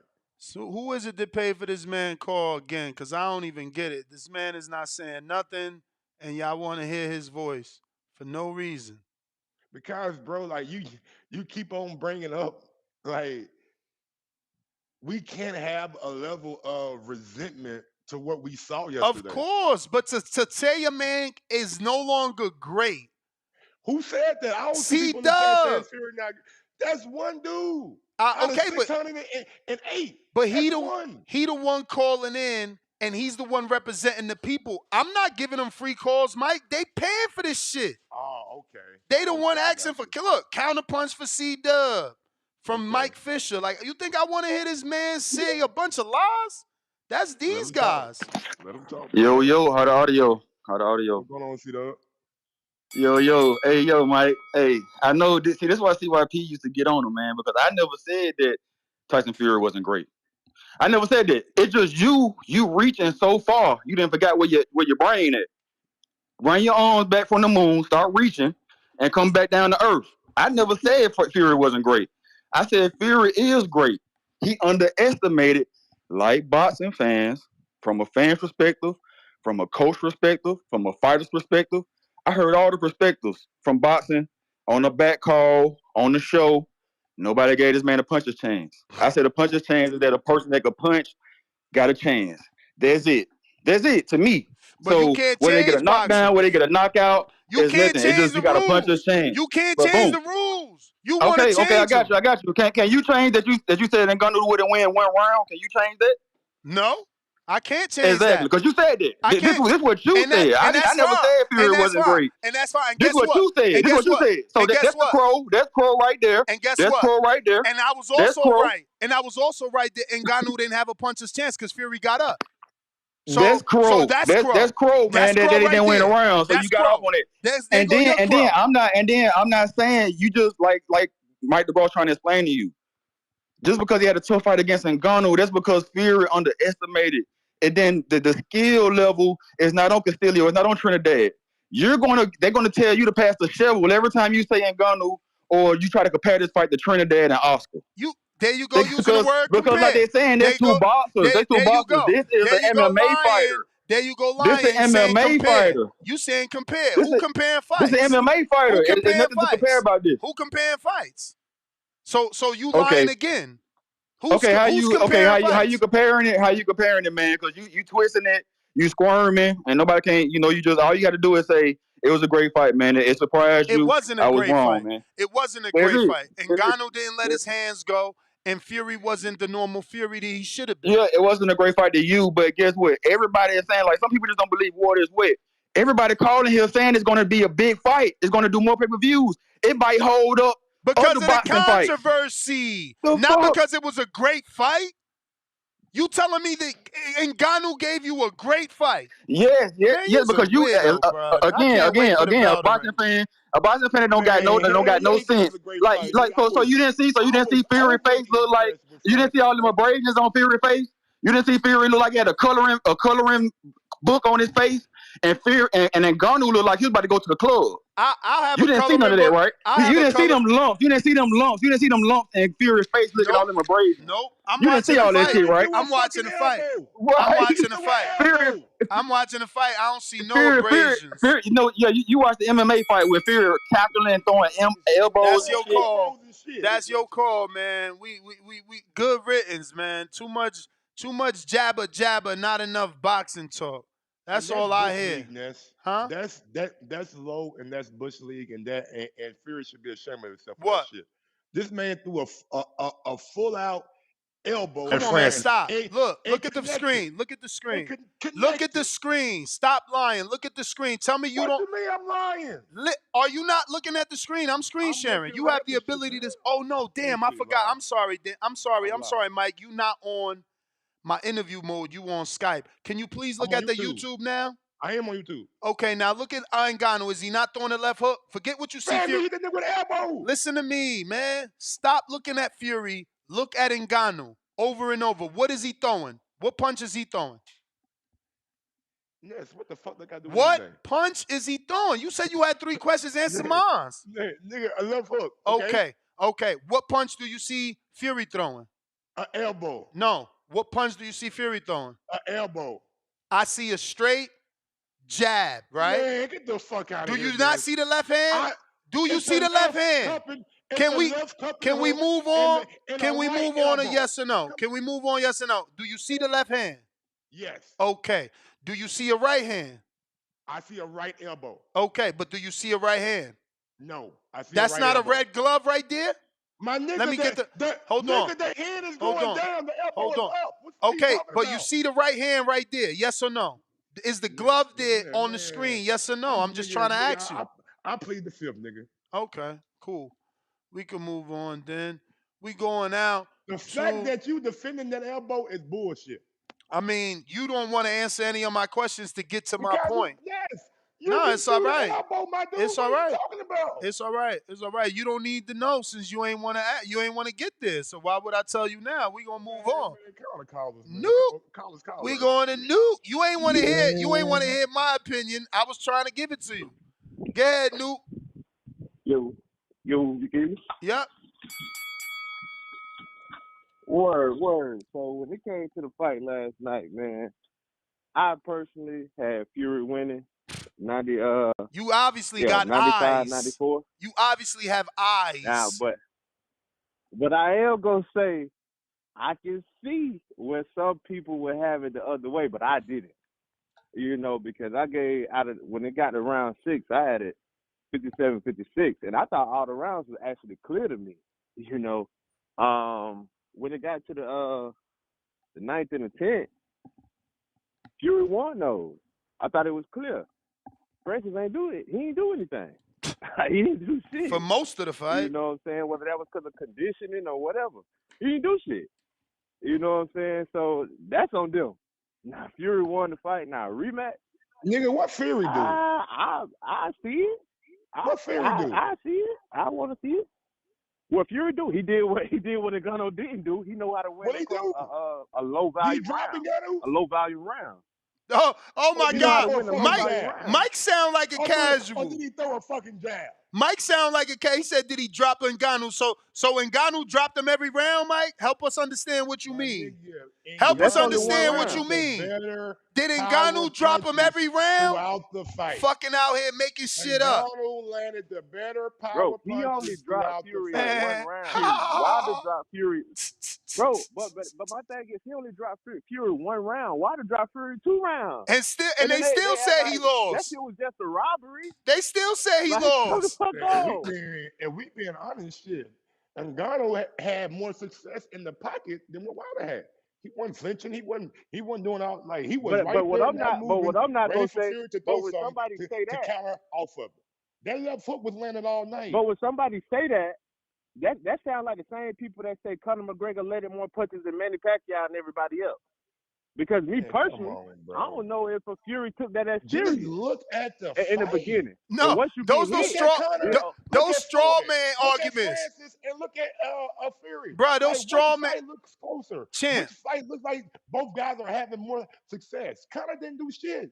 But champ, can't people? But I'm saying, but Conor landed more punches, right? Than Pacquiao. He landed more punches than Pacquiao. What the fuck do that mean? That's what they gonna say. It don't mean shit, but that's what people say. That's what we How saying. did the fight? And look at the fight. Oh my God! Oh my God! You made this argument, Mike. You don't get that? Exactly. Mike, no, we can't hold on. You not listening. No, it's you. Oh my God! You know damn well with Floyd Farmani, he was in his pocket. He was in his shell. When he fought Conor, he was on the front switch all the whole fucking fight. Mike, you the one that said he did better than Wilder. You started the argument. My nigga, I said in the pocket. In the pocket. 90 seconds. He wasn't doing all that thinking. What was we talking about the whole fight. We exactly. We talk. But my thing is, I didn't expect. Now, when you said like he had a punches, like didn't have a punches chance. My thing was he was a very stationary target. Like he wasn't as fluid as a boxer would be. But my thing was even when Wilder and Fury was fighting, they both had power. We done seen Fury go down. But the difference is we all knew Wilder 60 seconds. Oh, he tried to bulk up the second fight and things like that. And Ngannou bigger than Wilder. So my thing was, if Tyson don't take this serious, he's gonna have to at some point in the fight he's gonna have to turn it up. I didn't expect him to get knocked down, but at some point he did have to turn it up because that same tactic that happened against Wilder didn't happen then because you see he changed trainers the first fight after the Wilder fight. He changed trainers because he knew that shit wasn't gonna work because he's fighting somebody with power. Now I see this again. I wouldn't mind, but I think Francis should go like find a Frank Sanchez in a year and a half or something like that. But that's my call. Hey, yo, look at Francis Ngannou. You should have did this in the ring. That's what I'm saying. These dudes need to hire a true publicist that actually is innovative. He gonna wait till after the fight to post this instead of saying this, but it's still dope, Mike. You can see it on YouTube, and he posts a quote that says, "You think you can just go into boxing and beat up the best heavyweight of this generation?" And he put the me in the picture of the I forget this actor's name, but he does I think it's something with an F. His last name is certainly with an F, and I think his name is Mike, honestly, but he played in Kings of Queens. Yeah, he certainly him and that woman that's like a Scientologist woman now. Funny though. Funny. Yo, ain't you, speaking of let down, Mike, since you want to use that phrase, let down, Mr. Let Down, aren't you let down that Francis Ngannou and say, yo, I want the rematch, and if I don't get the rematch, give me Wilder. I was let down. Honestly, I think he know with his performance, nigga, he made himself some money. It's gonna be a couple more Francis boxing fights that we But gonna that's what I'm see. saying. Why not set up the next one with the immediate rematch, calling for it, Who or knows? Maybe or he or want or the AJ. common opponent? Maybe he want AJ. Maybe AJ's a bigger fight than Wilder over there in Saudi. AJ done did business in Saudi, what, 2-3 times already. Good point. Good point. AJ is a big name, and the Saudis already spend money on him, right? So it's like it's probably more possible. But let's see what we got here. Rob, Las Vegas. Kevin James. Yeah, that's his name, Woo! Kevin James. Thank you. Finally. Oh my God. To listen to some of this nonsense going on, bro. This is wild. And hopefully my voice will remind you, because y'all keep on saying nobody's seen this coming. Nobody's seen this coming. Bro, I called in and said this is going to be a regular Tyson Fury fight. If you ever fucking watch Tyson Fury fight in the whole wide world other than Deontay Wilder, that's what the fuck it looks like minus the knockdown. Tyson Fury is boring, he's big and awkward. I challenge anyone to go watch 10 Tyson Fury fights. Try it. Try to watch 10 Tyson Fury fights, bro. It's going to be that fucking boring every single fucking time. That's it's not just true. like that. That's how he not fights. true. I could pick 10 right now That's that ain't boring. absolutely true. He's fucking boring, I got bro. 10 right now that's not boring. Or almost 10. Okay, well, go ahead, guys. Listen to Ness's 10 fights. Hold up, let me finish. Y'all listen to Ness's 10 fights. I challenge you to go watch those 10 fights and tell me if they're entertaining. Because Vladimir Klitschko put me to fucking sleep. That's only one. Sleep. That's only one. Everybody, I'm only going to name one because I only got 2 minutes. So I'm not going to name a grip. I'm going to let you give them the 10 fights to go watch and let the public judge for themselves. Tyson Fury's fucking boring. Francis Ngannou got his ass whooped. Anybody sitting up here saying that he did anything else is fucking crazy. Go look at the chat. I'm No Love robbing the chat. That shit was fucking 5-1 after 6 rounds. He got the knockdown. I think Francis maybe won 2. I did score him for the 7th as well. I got to get my card. But, bro, stop it. That's what Tyson Fury looks like, bro. That wasn't good, bro. I don't know what people is talking about. Like, it's wild. And then C-Dub calling in with he got the punches chance and all. Man, knock it off, dude. He lost. What were you watching? What were you? I don't know what folks was looking at. Like, it's crazy. The dude lost, plain and simple. Like, there's none of that. As far as the elbow, come on, Mike. You got to see that with the elbow, bro. Like, if somebody's throwing a left hook and I got my hand up or even put my hand up using his upper body movement, elbow hit head, shit like that happens all the goddamn time. People be getting elbowed. Goddamn it.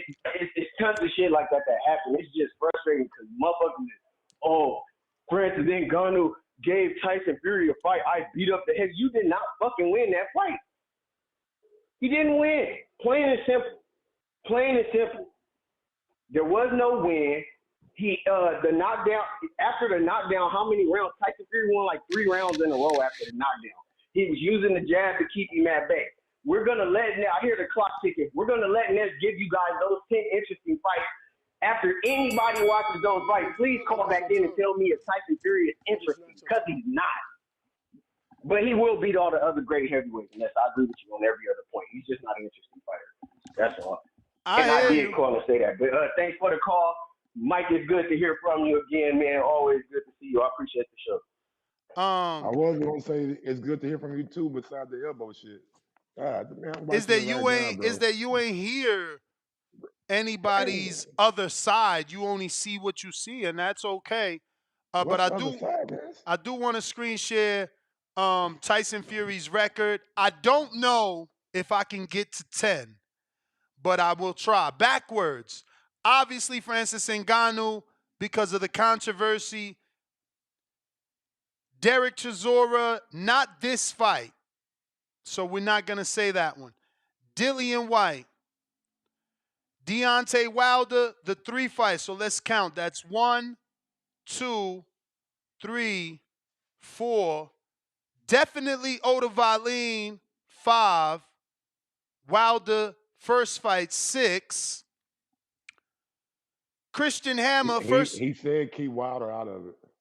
You can't. What the fuck you mean? That's what he said though. He Yeah, said you outside can't. of Wilder, You it can't. You was can't. boring. You can't. But it's not. I'm giving Wilder and outside of Wilder. But I'm But getting. like, what's outside of Wilder? Dylan White wasn't that fucking entertaining. I mean, it that was a that. knockout. First of all, you can. All right. Let me put him on screen so y'all can see this because this is hilarious coming from him, right? So a man that was stalking Wilder, a man that said everything under the sun about Wilder, a man that built a campaign that got famous outside of his country, crossed over to America, 600 days for Wilder not fighting him, finally gets his shot at a belt, and Fury, who beat Wilder, gives it to him, then uppercuts him to sleep.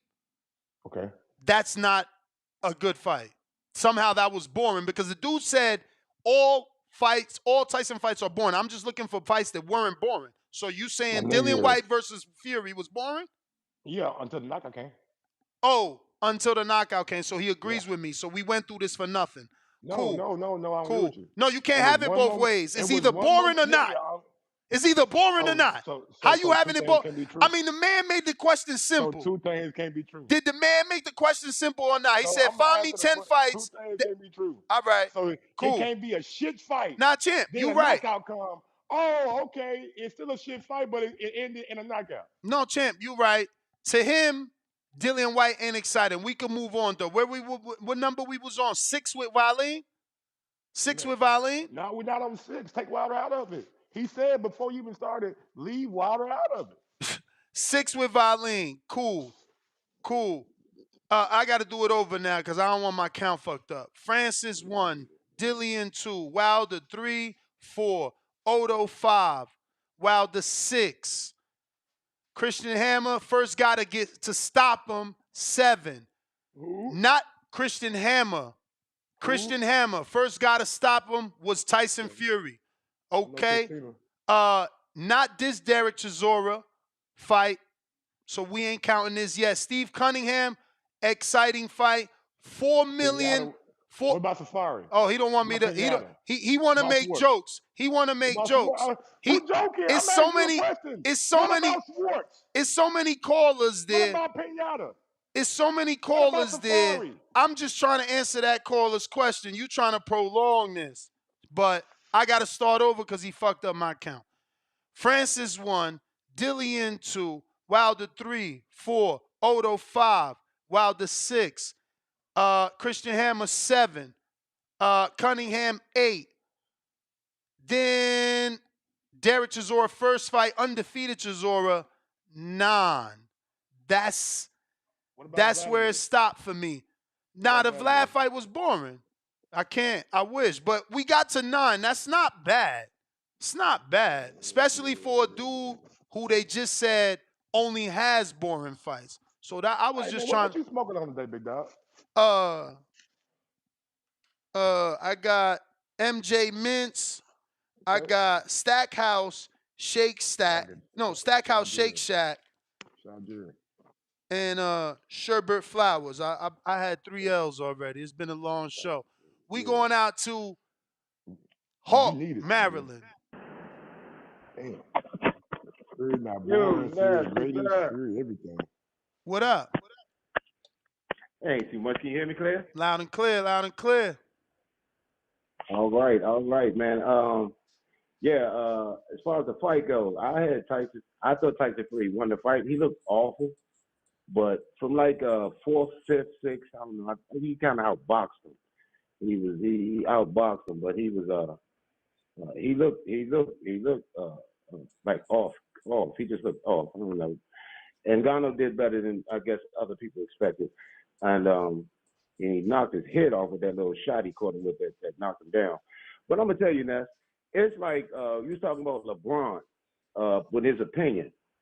I'm gonna tell you, if LeBron James, he's 6'9", and Tyson Fury, he like 6'9", and they agreed to do a basketball match, a basketball game, going from 1 point, each point is 1 point, and they got to get to 15 first.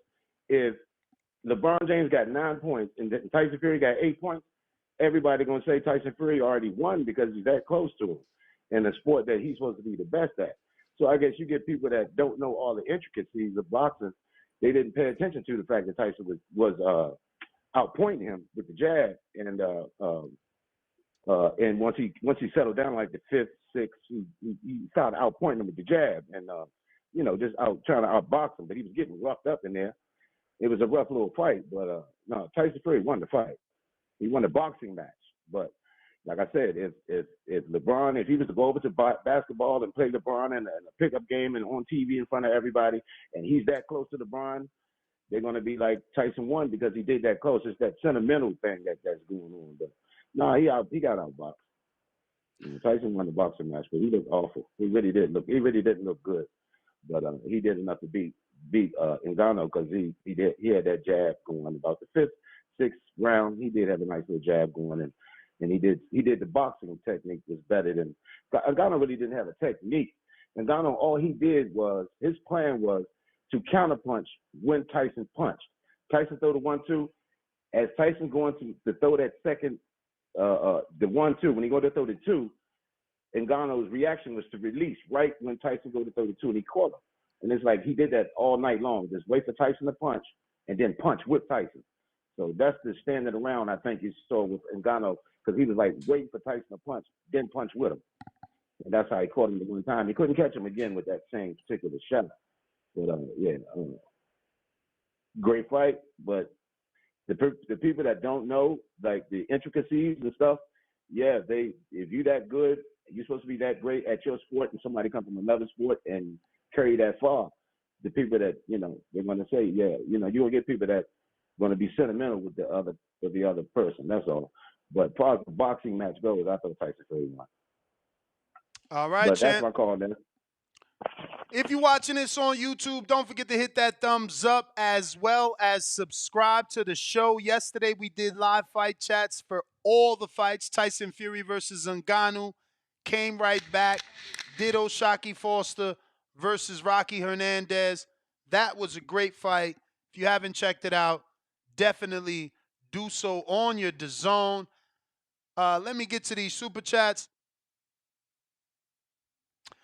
I got Roy 1400. Look at Fury's face after the fight. Man was scared. Face tells the tale.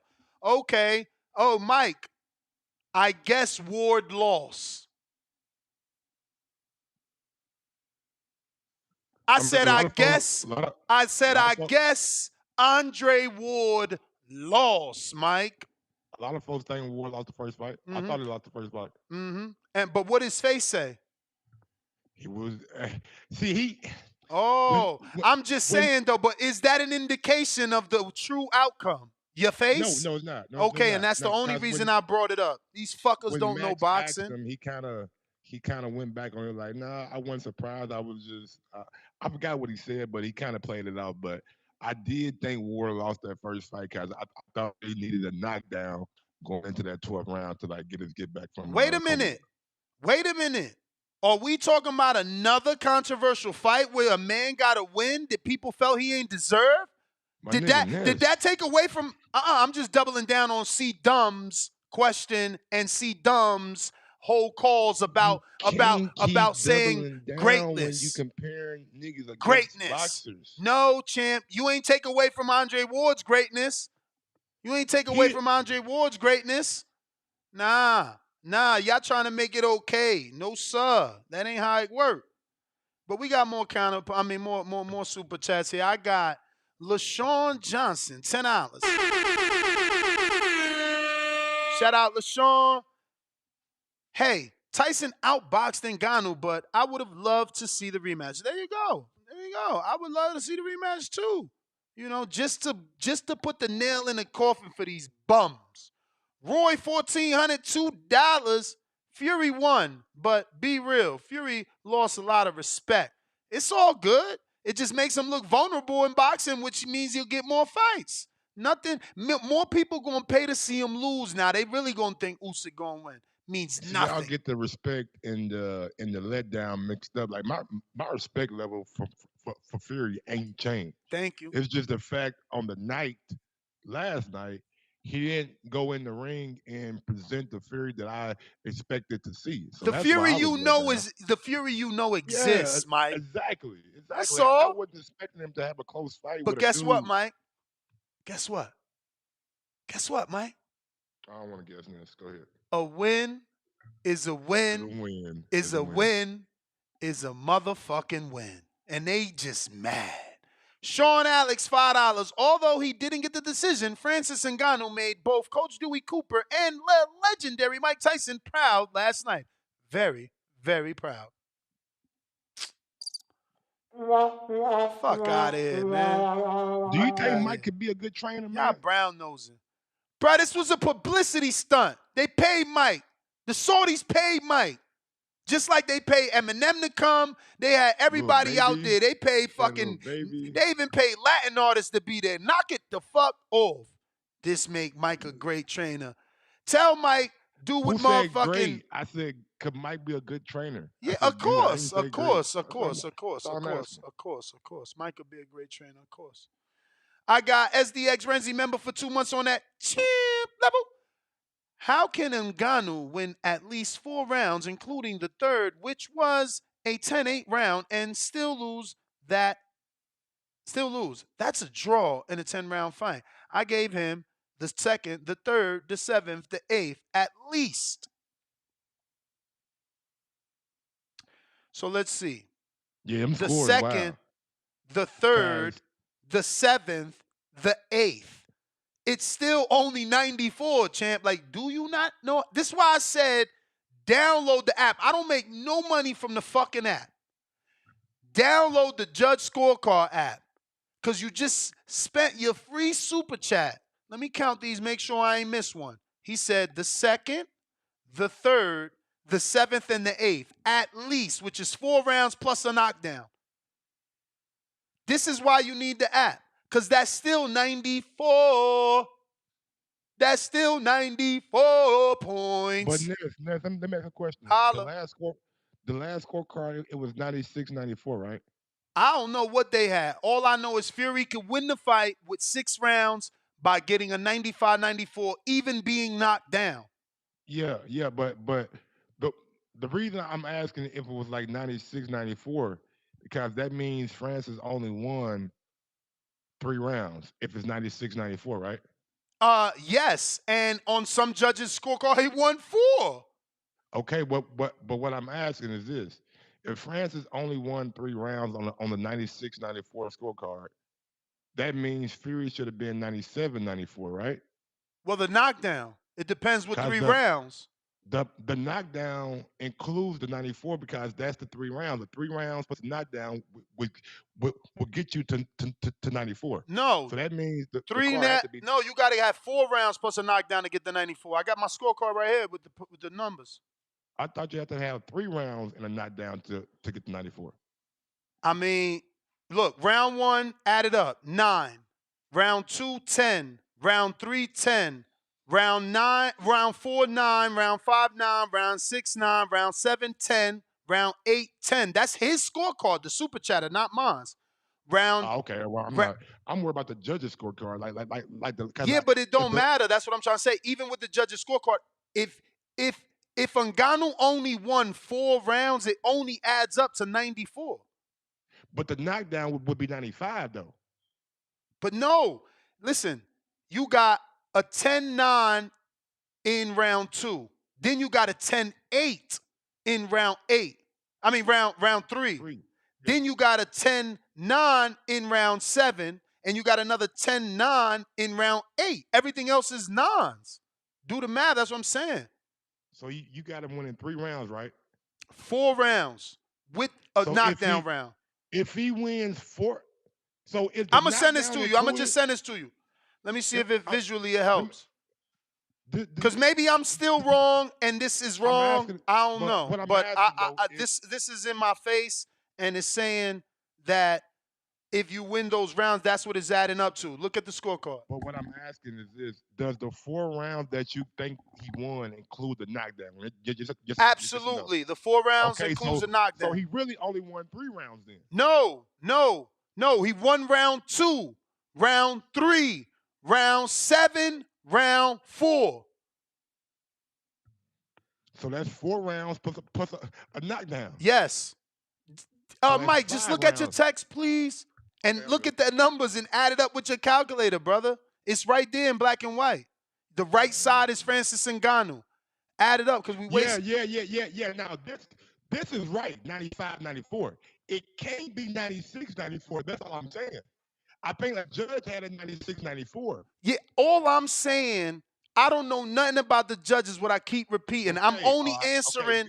I'm only answering the super chatter's question that says I gave Ngannou round 2, 3, 4, 2, 3, 7, 8 at least. So I added it up for him, and it just he can't win. All right. So this if you don't know the judge scorecard, then it's a meat point. Yeah, I don't know the judge scorecard, but again, I'm going to screen share to Mike what I was screen sharing. I mean, what I wanted him to see. I'm going to show y'all, right? Just so y'all can see the math, right? This is a scorecard. You know, box red. And you see round 1, Fury. It doesn't matter who you gave it to. We're going off of the call, off of the super chatter. The super chatter saying he gave round 2, which you see highlighted in blue. He gave round 3. So you see 10, right? 2, you get 10 points only. 3, you get 10 points only. Now, Fury can only win 8 points because he was knocked down. Moving on. If the super chatter only gave 7 and 8, add it the fuck up. No way Ngannou could win. He got to win more rounds than 4. Okay, never mind. I'm wrong. The judge had it 96, 93. That makes sense. I thought he had it 96, 94. My bad. This is why, and I'm not talking about you, I'm talking about the scorecard. Looking at it in black and white, watching how you give the fighter rounds and adding it up. That's why boxing fans didn't see Ngannou winning. People that didn't score, of course you see Ngannou winning. But even with a knockdown plus 4 rounds, it don't add up, you fuckers. You got to know the sport. That's true. And again, my bad, because I thought that the judge had a 96, 94. He actually had a 96, 93, which make a lot more sense. Big Super Mix, $2. Happy birthday, Mike Gross, the boss. Blessings, my guy. Hey, man, shout out to Earl. Optimus Prime, $10. I don't ever want to hear Ness say Fury can beat the other great heavyweights because he's 6'9". Why not? So Mike, did this change your mind that he can't beat Muhammad Ali? Man, come on, man. I never thought he could. What? Yeah, I know you. We had this whole spiel like, oh, he's 6'9". Muhammad was fighting niggas who was shorter than him. He's 6'3". But what about what George Foreman, who not even Fury size, did to Muhammad? He had to give a piece of his soul to win that fight. But it's okay. We ain't gonna go down that road. You gotta take this, bro. No worries. No worries. Let me know when you're ready. We got SDX Renzi with the super chat. He said he great, but he lost, Ness. Okay. Pat's Nation, $2. Vegas won. They weren't losing that plus 1,400. Sports Guy, $2. Straight elbow. That counter punch came after. Sure. G-Ball, $2. This is why we need Mike on the show more. I'm with you. Maybe he could do the afternoon shift, man. Danny doesn't rock the afternoon shift. And plus, he's better off virtual. G-Ball, $5. Ness, you said Fury was the greatest heavyweight of all time. Don't change up your words because Mike on the sport. And I didn't. You seen I just try to challenge him. You see, I don't think that there's any way a 210 Muhammad Ali could be Tyson Fury. I just don't see it. Because we see that he gets up. So even if Muhammad could keep him down, Fury gets up. I mean, even if Muhammad could put him down, Fury gets up. And then it's still size, reach that Muhammad got to deal with for 12 rounds. That's just my opinion, though. You know, I know it's not a popular opinion. I know people hate it. I know y'all hate it, but it's all good. It's my opinion. King Born, Brooklyn, what up? Hey, yo, you hear me, right? You hear me, right? Yes. Listen, man. Listen. Hold on, y'all. Hold on. Sleep in the crib. Because, yo, telling y'all right now, live chat, get ready. Motherfucking TBV universe, get ready. This some bullshit, man. Fuck that. Y'all keep talking this controversial controversial robbery. Controversial robbery. Let me tell you who got robbed last night. The black man, the original man, got robbed. The motherland, Africa, got robbed. The continent of Africa got robbed. Cameroon got robbed. And motherfucking Brooklyn got robbed last night. Let's be real. You mean to tell me a man who never did boxing did this to our quote unquote best heavyweight? The man came in at 6'4", 272. Fury came at 6'9", 276. And that man, Fury, we know what Fury does. He used that weight and he tried to manhandle you and shit. He tried to do that shit in the second round when fucking Ngannou threw him off him and shit like a rag doll. Fury said, oh shit. Now let me tell you something. That's You a can say lie. what you want. You can say what you want, that he wasn't in shape. He underestimated him. Here's the bullshit, right? Now, okay, he's not a boxer, but he do throw punches. Fury got hit with a Superman punch in round 10. He ain't And even Ngannou get hit jumped with that, man. Stop lying, off him. man. Nah. Stop lying. That's because, You yo, lying, TBV bruh. universe all over the Fuck out of world. here. Let's keep it real. Ness, you know goddamn well if you would have put money on Ngannou and he Bruh, lost, you you would have been lying, heated. bruh. How you gonna say he That, got man. hit with the punch? He got hit with the Superman punch? Why you gotta lie?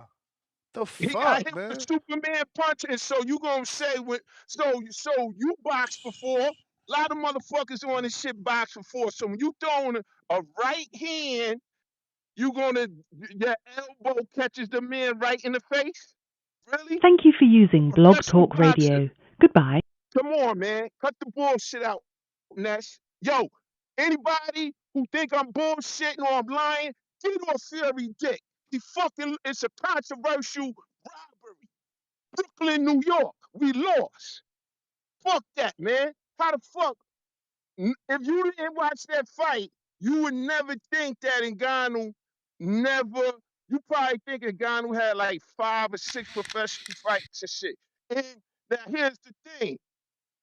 Here's the blueprint to try to beat Fury. Number one, you got to use distance. You may Ngannou feel used like it's your distance, time, right? Number but it's not your time. Boxing Patron, what up? What's up, Ness? What's good? Shit, man. I was just watching this shit over, man. I just heard the caller before said he gave fucking Ngannou round 2. I just watched it. How in the fuck do you give Ngannou round 2? Jesus, man, bro. That just goes to show you see what the fuck you want to see, man. Man, I'm not a Fury fan by no means. I never liked the dude. He gets on my fucking nerves. But I never liked that dude. But man, I'm watching this shit over right now, dude. It's even worse than I seen last night. Dude, okay, Ngannou had moments. He had moments, not rounds. That's a difference. He had moments. He knocked him down, and Welcome even to in the Blog round Talk Radio. one, he had moments in the round. He didn't have consistent moments. There's a 3-minute. People forget there's 3 minutes in a fight. They really do. They think there's the 20 To start seconds your in the show fight now. that you did a little spurt, or you hit him in the face, or you knocked him Your show will down, go live in or 5 seconds. 4, 3, you know what I mean? 2, And 1. people forget that. He had his moments, and then oh my god, he bled and he was bruising at the people get hit in the face and fucking you bruise. Well, man, it's crazy, dude. How the hell are you gonna say, yeah, people get hit, you get your nose bleeds, your eyes bleed sometimes, you get cut. Man, if you think you're gonna make it out of a fight with a perfect face every single time, maybe after the fight, dude, we should just stop fights after the end and just look at the guys' faces and say, hey, that's how we're gonna start judging rounds. I mean, fights. Yo, you got a bruised eye and you don't have a bruised eye, so you won the fight. You know what I mean? But dude, at 7-3, it was an easy Fury win. I don't even think it's hard to discuss. You know what I mean? As soon as before the knockdown, he was dominating him. I think in between rounds, he was even dominating. He was jabbing him and he was working him the whole time. This is bullshit, dude. It's sad to see these fans on here that are actually boxing voice callers that know boxing that are calling in saying this shit, or even in the chat saying this shit. You know what I mean? That Fury's no good no more. Oh, why? Because he got hit a few times, he got knocked down. You know, it's just terrible, dude. That we have boxing fans that are gonna do this shit to Fury. You know what I mean? At a boxing period. Oh, you're not great no more because of this shit? Come on, man. It's just sad, man. I think the boxing fans need to fucking wake the fuck up. People get hit in boxing. People have controversial wins in boxing. Everybody will have a controversial win in boxing. Everybody will. So let's wake the fuck up and start scoring these fights better, man, and start putting your boxing knowledge on fucking point and quit being a casual. That's it, man. I'm out. Appreciate you, champ, man. Thank you for calling in. We got a $5 cash app from Rob in Vegas. Thank you for using the cash app. That definitely saves us that 30% that YouTube takes from us. They act like they're my manager. Rob says, I see you couldn't find 10 fights. Thanks for checking. Laughing out loud emoji. I mean, I found 9. You feel me? I found 9. That ain't that bad. You feel me? But what else we got? Whoa. Okay. We got. Hold on. Okay, we got Counterpunch for PV. Oh, I think this is Rod in the 870. What up? Hey, what up, Ness? Can you hear me? Loud and clear. So, yesterday is this is what I hate. This is what I kind of hate about boxing is that whenever you have a situation where somebody is a heavy favorite, and go ahead and give me my regular call too. You have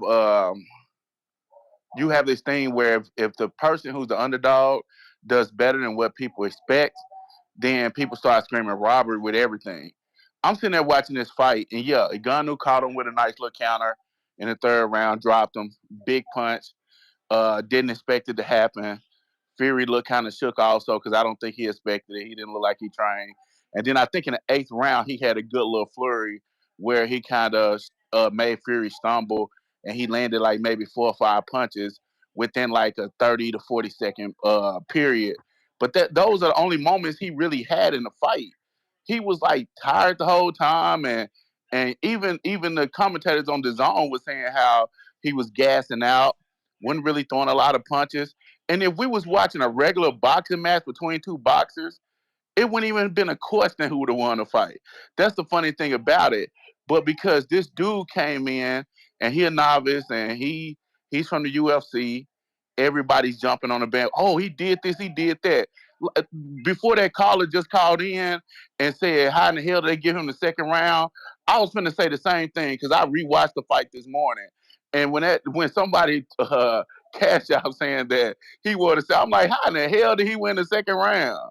Like he didn't even throw a punch in the second round. And then if you think about it, right, he dropped Fury. I think it was like maybe 30, 45 seconds left. He had Fury actually hurt a little bit. He never even put the pressure on Ness. I think he threw maybe 1 or 2 more punches that round. He just followed him around. He never put the pressure on that round. Fury came back in the 4th round, picked him apart, easily won that round. 7th round, he did good, gassed out. 8th, 9th round, didn't really throw any punches. 10th round, sit there and watch Fury the whole round. Fury watched him that round also, and they just kind of like postured around each other. So this shit, and when you have people like LeBron coming out saying, that's why I don't watch boxing because of decisions like this, man, that fight wouldn't even, it was surprising, but it wasn't a close fight to score. I was telling everybody in the house with me like, oh yeah, Fury won the fight, but damn, I can't believe Ngannou actually knocked him down. That's what I kept saying. So when you got De La Hoya, I mean not De La Hoya, but you got Eddie Hearn saying, "Oh, I had Ngannou winning by 2 rounds." Dude, we know you don't like Fury. We get it. You don't like Fury, but come on, man. You heard the sport of boxing when you put stuff like that on wax. Ryan Garcia the same way. Feel like it's your time, but it's not. Ryan Garcia the same. I think it's my regular call right now. Yes, Or sir. okay, so you got Ryan Garcia the same thing. So when you have these people come out like you said, and they not looking at this, when these guys step in a boxing ring, we need to score this as a boxing match, not as, hey, let's see if he could luckily land a punch or if he could last the entire fight, and then we say he won the fight. No, judge it as a regular fight. Fury got knocked down, true enough. He wasn't in the best shape of his life, but he still did enough to clearly win the fight without controversy. There was no controversy here. The only controversy was him getting knocked down by somebody we were surprised knocked him down. If when y'all go back and watch that fight, all the people who saying he lost, and y'all see that he spent 70% of his time posturing and not throwing punches, and even when he had Fury hurt, he wouldn't even put the pressure on. Like, you're gonna feel stupid about everything you're saying. And for these LeBron James and celebrity type people to come in and insert themselves in boxing when they don't even know how to score fights. And LeBron, one of my favorite fighters. And before I leave, get this straight, whoever listens to this. I'm not a Fury fan. Wilder is my favorite boxer. Deontay Wilder is my favorite boxer. I hate the fact that Fury beat him. I don't think Fury cheated him, but I do think there was some long counts in 2 of the fights. So I'm one of those people. Fury clearly won this fight. There's no controversy.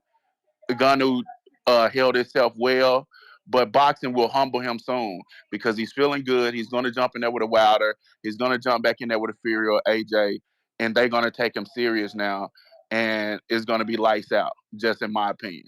But that's my call on this. All right, champ. I gotta show y'all this, man. Salute to this show, bro. We keep growing. Salute to you guys, the community, because it's only because of you that we keep growing, right? We posted this morning on our Instagram about the knockdown. So let me just screen share it. If you haven't already followed us on Instagram, you need to do so because everything cannot be a show. So we try to post some or most of that news, current news here on our Instagram so that you're at least updated. And obviously here is Fury and the knockdown. 106 comments and nice audio. Okay, but look, these are fighters, right? So what did Ness say? What did Ness say? Because C-Dub and the people like him think they know the sport. Ness said, let's be real. The LeBron James of the world and the Ryan Garcias acting like this fight is a robbery. Honestly, I want to see your scorecard. How are you raised in this sport but can't score it? You may feel like it's your time, but it's not your time. One knockdown doesn't win a fight. Fights are scored round by round. Let's stop with the cap. Fury didn't lose, and the ones pushing the narrative either wanted him to lose or still mad over those Wilder losses. Fury won 6 rounds easily on my scorecard. Did Mr. Ngannou do better than expected? Yes. So did Mosley when he landed a big right hand on Floyd. But that's only 1 round. Please educate yourself on the sport you're watching. Current active boxer, Kevin Johnson, says exactly 100. Okay, shout out to you, champ. Former 3-time champion, cruiserweight champion, USS Cunningham agrees completely, and he knocked down Fury and fought Fury. So fuck off. Fuck off. Fuck off. But look who doesn't agree. Sparring partner of Fury. Still mad at me. Are you going to apologize to me for saying I whooped Fury? Now, excuse me, none of y'all believe me, but he can't deal with black fighters. Sure, Mr. Nicholas Asbury. Sure. Sure. Feel me? Let's keep reading what the people thought because YouTube and Instagram, 2 different worlds. You know, not a lot of the same people, different people, right? Tyson Fury probably believed that by virtue of simply being the boxer in the ring, he didn't have to take it seriously. But like whoever that guy said, it's boxing. Anything can happen. That's what makes this the theater of the unexpected. But you did not say who you felt won. He says, I didn't score it. This next guy says, I didn't score it. Honestly, didn't feel I needed to, just like I did. But I don't know it was a close fight. I think Fury pulled it off, but even that is embarrassing enough for it to be close, which is true. That's pretty much what all boxing fans are feeling. They're upset that Fury made it close with a novice. Another guy said, Fury won on my scorecards. Like you said, one knockdown doesn't win a fight. Round by round, folks, this isn't a street fight. This guy says, to be honest, yes, Fury actually won. His jab was key, and he shut down much of Francis's offense attempts. Let's move on. We don't got to read all that. We just see that on a different platform, we haven't run across the person that said Ngannou won. Is this one? No, he said Ngannou won the moral victory, but Fury won the fight with 15 likes. So again, you can pitch a narrative, but there's different platforms all over the world that see things. And this guy obviously doesn't agree with me. Look, he says, I respect your opinion, but in my eyes, but in the eyes of many, including me, Francis won. However, this also reminds me of that time Wilder should have won, but the refs gave Fury 12 seconds to get up and didn't look at the timekeeper who was counting as well. This is the third time he has gotten away with some form of cheating and inaccuracies. Also, we have to be honest, the judging has been bad this year in boxing. We know it. Fury and Usyk ain't happening now because of this nonsense. Fury messed up big time. Yeah, a lot of people feel that way. I can't even hate on him. Without the knockdown, it was a draw, 100. Francis had the more effective shot, stayed active, and knocked him down on top of that. Not bad for an MMA fighter, no cap. I was surprised Fury was supposed to wipe him down. Shaking my fucking head. Another guy said Fury won. What if, scenario, Francis Ngannou versus Wilder? I would have loved it, man. That's why I don't know why he didn't call him out. This guy just simply says no. He lost. Okay, this guy's a boxing coach. Let's see. Ooh, he doesn't agree. Fuck out of here. Once again, Fury complexion got him the protection. Ngannou landed the more telling blows, and he was pressing the fight the whole night. Fury, a big-ass bum, and Wilder been exposed him. Wait, I'm done reading that, coach. Fury's a bum, and Wilder exposed him? You lost me, bro. We're going back to our regularly scheduled program. How did the guy that lost twice to Fury by knockout expose Fury? Tip Bellis, what up? That guy lost me with that. Damn, coach. Yo. What up? Finally, man. I've been hearing some bullshit. You know what I'm saying? First off, let me start off by saying, shout out to 5-year-old Warley. You know what I'm saying? Getting that knockout. And then if people want to talk about robberies, you know what I'm saying? Then y'all should call in and talk about the scorecards of that fucking O'Shaquie Foster fight, bro. Because that shit is downright fucking ridiculous. Dog, the one judge scored the shit 11 rounds to fucking 0. And O'Shaquie putting the fucking beats on this nigga the whole fight, bro. Man, you it's fucking nasty, wildin'. You wildin'. You wildin', and it's sad that you fight.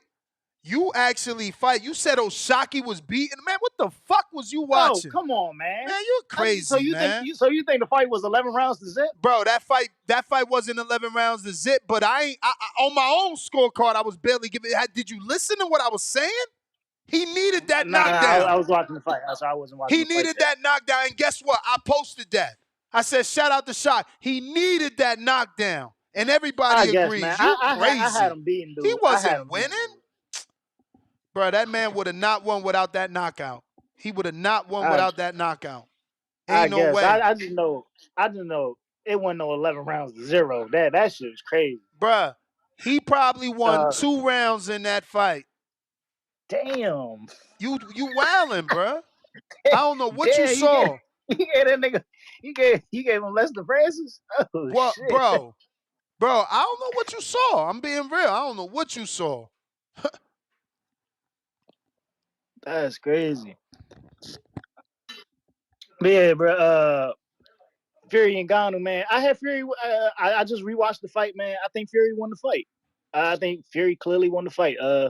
Fury maintained his jab, you know what I'm saying, the entire fight, especially after the knockdown. Francis didn't capitalize. Fury came back and won those next 2 rounds easy. Let me give you my scorecard right quick, because I do have it. Can you hear me? Perfect. All right, bet. Let me get it. Yeah, I gave Fury round 1. I gave Fury round 2. I gave Ngannou round 3, you know what I'm saying? Plus he had the knockdown, so that tied it up for me at 28-28. Then Fury came back. Wait. Let me pull my shit back up. I want to see what you're saying. Go ahead. Start over. All right, so yeah, I had Fury 1. Okay. Fury round 2. Wow, everybody that's called in has gave Ngannou round 2 except you. I mean, I can swing it. Either way, but I mean, I really favor Fury. I favor Fury. I'm just trying to show people how judging is subjective, man. Like, you're a boxer, and I don't know what style of boxer, but let's say hypothetically you're a boxer's boxer. You might enjoy what you see from Fury over a slugger, and that's why judging is subjective. But go ahead. But yeah, I gave Ngannou round 3, you know what I'm saying? Fury round 4. I gave Fury round 5. And then I gave Ngannou round 6. What? I gave Ngannou 6. Tripping. I But it's all right. I thought he did just a little bit more in round 6. It's all right. It's all right because you didn't give Ngannou round 2, so we still got the same amount of points. Yeah, and then I gave Fury 7. I gave Ngannou 8. And then I gave Fury 9 and 10. Damn, so you had Fury winning by a landslide. I had him 96-93. I seen what the other judge saw. Bro, he had him better than me. I gave Fury to fight 95-94. You see what I'm saying? I mean, that's why I said I'm the biased one. I can give it 95-94. I hear you, Sean. I'm just saying these dudes, when it comes to me, it's like, nah, bro, how you seen that? And here you are giving them more rounds. You gave them more rounds. And rounds that I ain't even give them. You gave them 7 and 2. A lot of people, bro, super chatted like, yo, I gave him 2, 3, and 7 and 8, and that was for Ngannou, but you found it for Fury. I showed my scorecard. I ain't give Fury 7. You see what I'm saying? Judging is subjective, man. I mean, it was a lot of empty moments in the fight, and as I'm watching it back, I'm just seeing like Fury just flicking his jab out there, and I was just talking to Punch about this. I'm like, yeah, Ngannou could be landing the bigger power shots, or you know what I'm saying, more effective power shots, but you know what I'm saying, as long as that jab is just popping, you know what I'm saying, he's going to score. It's a scoring system, you know what I'm saying? If that jab is effective, you know what I'm saying, he can't get around the jab or whatever, as long as it's landed, the judges is going to score a point for every jab. Hell yeah. So yeah, I mean that's how I was basing it for Fury, because you know what I'm saying, when it comes to fighting, it's all about styles. They said you the same guy that said Foster won 6 rounds. We don't believe you. Bro, I'm honest. I don't know how you seen Foster winning like that, bro.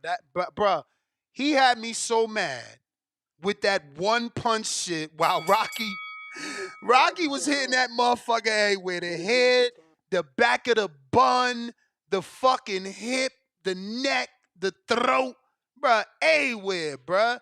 I mean... Oh, so what'd you have it score? Did you score that fight? I ain't score that fight. I was frustrated. But... so you gonna do a second show today? I don't know. I think we should talk about that fight later. I don't know. I don't know, but I tell you this, bro. I probably. Wow, my man said I had a 6-5 for Foster. Holy shit! This the same thing that happened to Ramos, though. I get it. They don't respect the Mexican style. Y'all don't respect the Mexican style. I gotta go, Shit, Chip. I'm gonna pay for a counterpunch. Oh, I thought Ramos was more busier than you crazy. God damn Superstar. it. Come on, man. Y'all fucking frustrating me today. Ramos wish he would have had the activity of fucking Rocky, man. Rocky was working every round. Bruh, do you not notice that Rocky only went backwards when he got hurt? And that was late in the fucking fight. Like, I could show you my Instagram, and they killing me. One dude killed me in the comments because he like, bro, you was killing Oshaki. You thought he was about to bust your parlay. Bro, he was doing bad. Look, you was killing, bro, thinking that parlay wasn't going to lock. Dead emoji, laughing out loud emoji. Bruh, he was not doing his thing. He was not letting his hands go, bro. You can't win a fight. Bro, everybody want to be fucking Floyd Mayweather. You ain't Floyd. Hey, you can't that's be what I was saying. shoulder roll. You laughing, but he punching you in the face. Fuck, we gonna talk about that. I ain't talking about that shit again. For what? He was getting punched and smiling. He lucky. I know people don't like to use the word luck in boxing, but he fucking lucky. He heard him As and I got was that watching knockout. the fight, I was calling that man Oshaki Mayweather, bro, because he was sitting there slipping this shit with the shoulder roll and everything, coming back with the Mayweather. Hey, look, dog. You would have fucking lost your mind. God damn it. Lord have mercy. He said Oshaki Mayweather, y'all. It was looking like the Maidana fight. I'm not gonna hold you. It was looking like the Maidana fight, but Oshaki finished stronger. Bro was getting hit, bro. Bro was getting hit. I'm gonna go to a Matchroom highlight on this shit. Bro was getting hit. And that's, let me screen share what I wrote. Look at what I wrote. And that's what I put. I led with, bro needed that KO for sure. Now look, the third comment, the second comment is his trainer. That's Rocky trainer, man. Like, I'm not no bum like motherfuckers think. Like, that's Rocky trainer that says almost with the clapping emojis. That's Rocky's trainer. Like, y'all tripping, bruh. Y'all tripping. Bro needed the knockout. Y'all gotta, like, learn how to fucking watch this sport. That's why the sport is fucked up, because we don't know what the fuck we watching. That's his trainer that is accepting the truth. Come on, man. Y'all gotta stop the garbage over here. That wasn't a WBC title on the line. That was some fucking camaraderie shit, bro. That's a memorable belt, like a memorabilia type shit for the event. Bye. And I want to say one more thing, man. Hey, forget LeBron James, bro, because that's a nasty comment he made talking about that's the reason I don't watch boxing. It's reasons we don't watch the NBA because of y'all officiating. He ain't have a problem watching boxing when DAZN cut his ass a check to run that bum ass show that ain't get re-picked up. Tell him go think of a new fucking idea. Fuck out of here. DAZN ain't pick up that show again. Somebody correct me if I'm wrong. I don't mind being wrong, but did they pick up his show? Did they spend all that money on? Did he did the first episode with Canelo? He was watching boxing then, old hypocrite ass. Adrian in Uruguay helping this show continue be number one internacional. What up, man? What up? Dímelo, Adrian. Yo, al lado Lebron, pero que se calle Lebron. No sabe nada de boxeo, que se calle. I'm telling you, bro. They don't know nothing about boxing, baby. Nah, Lebron no sabe nada. But man, it was a good fight. It was a close fight to me, way closer than I expected. To be honest, I gave Ngannou no chance to win in this fight. Not even a puncher's chance. But yeah, I mean, Ngannou did well. Somebody said something about Jake Paul fighting MMA fighters. Jake Paul is fighting retired MMA fighters. Ben Askren he wasn't a striker. He was a wrestler. Nate Diaz, he was like 40 years old, retired. Tyron Woodley, he was retired too. So it's very different with Francis Ngannou. Ngannou, I know he's 38, 37, something like that, but he's at the top and he's a striker. So it's very different. It's pretty much like Fury fighting John Jones. That's another great fighter, heavyweight champion, and it's different. It's different. It's not like he's fighting a retired fighter. So yeah, I thought Fury won. I thought it was a close fight, but he definitely won that fight. And to be honest, man, I didn't want to see the fight at first, but now that they fought, I want to see a rematch because I think it's not the best look for boxing, having a close fight with a guy that is 0-0. But Fury to me, he's still an all-time great. He's a legend. He has balls to step in the ring with anybody. So I want to see a rematch. I want to see them again. I want to see the undisputed fight. And that's it. That's pretty much it for me. That's my call, Ness. All right, Adrian. Appreciate you. We got, let me see.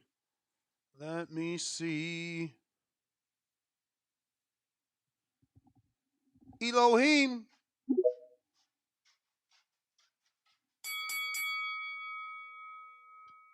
Yo, how the audio?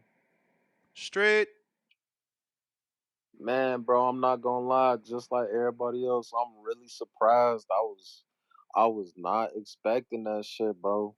I was not expecting that. I ain't gonna lie. I'm pretty sure everybody didn't expect that shit.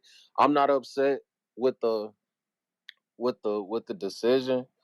I think this shit kind of go back. What's crazy is like this shit kind of go back to like kind of with the Loma Devon thing type shit, like where it's like if it's a close fight, it's not a robbery.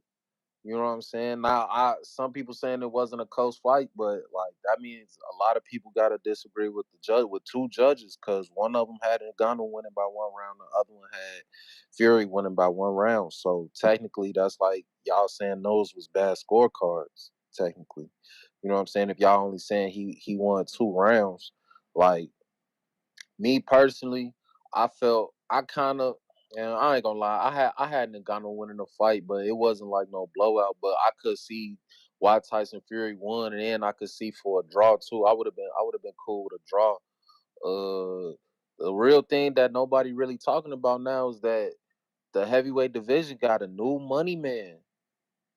Facts, like the heavyweight I division mean, is definitely he got. is he really a new money man? Like, do you really see him fighting Wilder, Big Bro, Bang you got to Sang? think everybody's already calling for him to fight Wilder. Yeah, but is he gonna Like, fight him? like I don't. But if he do, that's a big fight.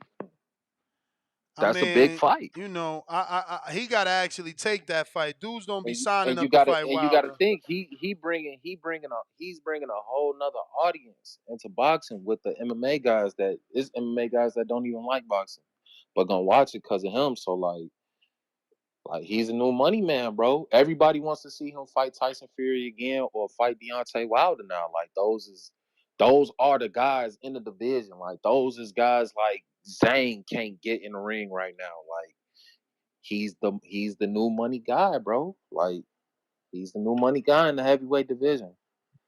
And whoever he fights, say he doesn't fight Wilder or Fury. Like we can just go down the line. Like I heard people earlier saying, like, oh, he could fight Anthony Joshua. Like these is not dudes that just anybody can just get in the ring with. You know what I'm saying? Like the fact that he's able to skip the line like that just lets you know he's a new money guy, bro. He's a new money guy. Money talks. That's my call though. I hear you, Do it man. feel like it's your I time? mean, he's the money But guy it's for the not your guys that time. want to take the money fights. Like, you know what I mean? And that's all I'm saying. Like, fighting AJ, you ain't proving to me.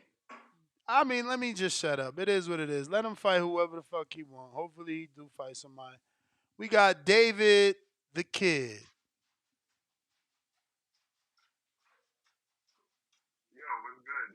You got to take that shit off, bro. We can't hear you. Sound like you in a soda can. Come back to me then. Nah, we hear you now. Yo. Let's do it again, cause you sound far again. Okay, champ. I'm gonna come on back. OC the boss.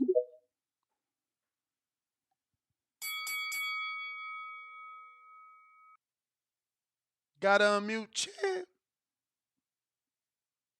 Yo, what up, Nash? You hear me? Yes, sir. All right, man, check this out. We're gonna start off like this. You know goddamn well that was a motherfucking elbow from Tyson Fury. You know it. Listen, that fucking left hook did not even connect with Fury to make him even, like you said, make his punch go down so the elbow came up. Bro, that was an elbow. Stop it. Cut it out. That so-called jab that you said, that was not a jab from that wasn't a jab Tyson Fury threw. That was like a fucking slap punch or some shit, bro. Cut it out. Cut it out, man. So now yeah, I think Tyson won. He a boxer, bro. He boxed him. You know what I'm saying? It is what it is. Tyson took him lightly. Shit, he got his ass knocked down. And he was hurt when he got knocked down because you see his fucking face. He was looking like, oh shit, this motherfucker hit. So yeah, he didn't train. He didn't take the camp seriously. Like you said before, Tio only gets up for big fights, right? Tyson didn't really look at that as a big fight. He just looked at it as like a money grab. So he didn't put in the work like he should have put in the work. That Usyk fight, that shit is off. You see it in the Usyk face. He was looking like this nigga done fucked up. He done fucked up the bag. He done fucked up the undisputed shit. Don't nobody even want to see that shit now. You know what I'm saying? Motherfucker want them niggas to run it back. Yeah, Ngannou was a striker, right? So he got a little bit of boxing in him, but they, you know, the MMA niggas, they weird, man. They stand off funny and switch stances here and there, try to get the punch or whatever the case is. So it's weird. I think with a little bit more grooming, some more fights, man, Ngannou might, like dude say, he might be the new money man.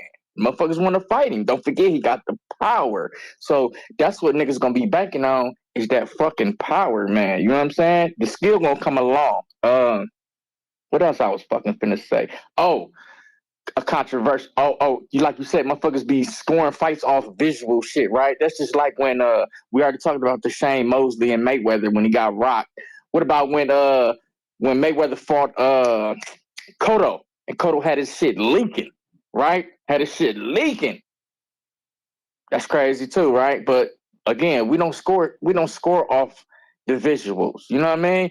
I was just looking at the Twitter shit. Chris Eubank said he think Ngannou won because he was aggressive. He's putting the pressure on. Now remember, Ness, judges do score on shit like that. So everybody's really entitled to their own opinion of how they judge. And it is what it is. This McCall, man, I'll holler at you. I've certainly said on this episode over and over that judging is subjective. You know, if you a Wilder fan, you probably an Ngannou fan because of the power. You feel me?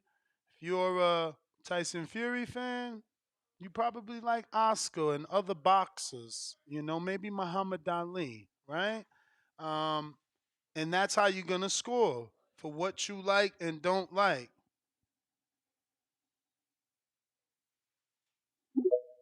Champ, I don't know what your name is. What up? Pluff or something like that? Pluff. You gotta unmute your mic, Champy. On Twitter, you gotta unmute your mic.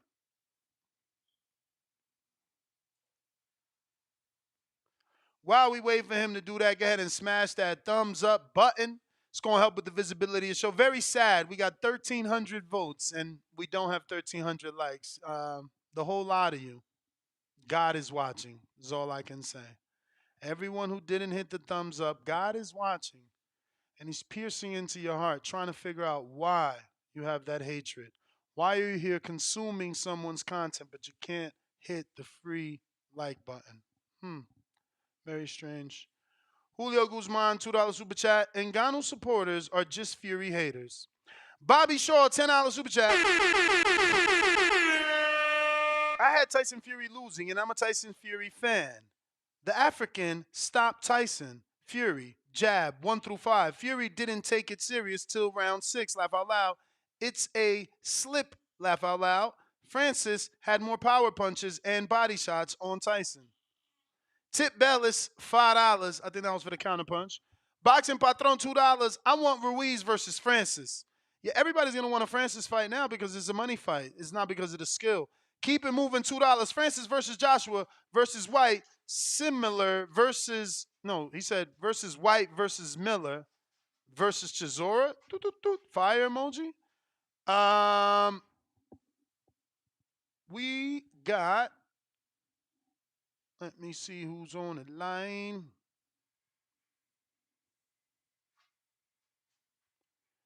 New caller in Fresno, or I never wrote it down. Who's this? 916. Top of the morning, gentlemen. This is Alex in Sacramento. Alex in Sacramento. What is up? What's going on, gentlemen? Everybody remember to hit that like, subscribe. Champ, your Bluetooth is causing a little bit of interference, unfortunately. You can't hear me? I can, but we have some sort of feedback or static on your end from your Bluetooth. That's Is that better? Is that better? It sure enough is. All right, my bad. Top of the morning, gentlemen. I just want to touch on a few things quickly. Man, it was a hell of a night. It was a hell of a night of boxing. I thought it was a great event. I think that Dubai they put on. You could tell that the show it had some serious funding behind it. It was a really entertaining. I was loving the pre-show, the concert, and how the ring came out from under the ground. I thought the fight it was an entertaining fight. I had Ngannou winning. I think that Fury looked desperate at times. With the blatant elbow, he could have been disqualified for that elbow. That was horrible. And I think like in the round after, he was even jabbing Ngannou like to the neck, and just with the rapid punches, Fury looked desperate at moments. And if you look at the attitude in the corner, they were telling Ngannou, keep doing what you're doing, press the fight. And Fury was looking desperate. They were looking, wide-eyed and under duress. I had Ngannou winning, but I thought the fight of the night was the O'Shaquie Foster. And I had him, man, I was listening, shout out to you and Danny, calling the blow-by-blow in the watch party. I was watching you guys while watching the fight. And, man, O'Shaquie was down. He was getting that ass beat. He was getting touched up. The Hernandez was bringing the pressure. But, and again, O'Shaquie was fighting him and the referee. He was dealing with rapid punches himself under constant pressure, trying to tie up, break the clinch. A lot of dirty tactics from Hernandez, but O'Shaquie dug down and he found a way to win. It was amazing the way he got the knockout in the 12th round. It was great. But I was thoroughly impressed, and I look forward to seeing Ngannou again, and I look forward to more fights in Dubai if it's going to be like that. But that's all I got. TBV, fam, subscribe, hit the like. I appreciate it, Ness, and you keep doing your thing, big dog. Appreciate you, champ. Thank you for calling in. Remember the number to call, 1-425-569-5241. If you haven't pressed 1, you're just sitting there. You got to press 1 if you're trying to get on the show. You got to let us know. Kingborn, I see you there, but I don't see no counterpunch, champ. I don't know. Let me know where to find it.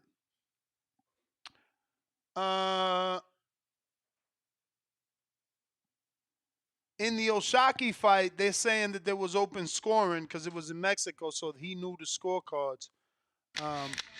Which there was a moment in that fight where it seemed like that you seen the trainer tell him. So, credit to O'Shaquie for stepping up. You may feel like it's your time, but it's not your time. The hater, what up?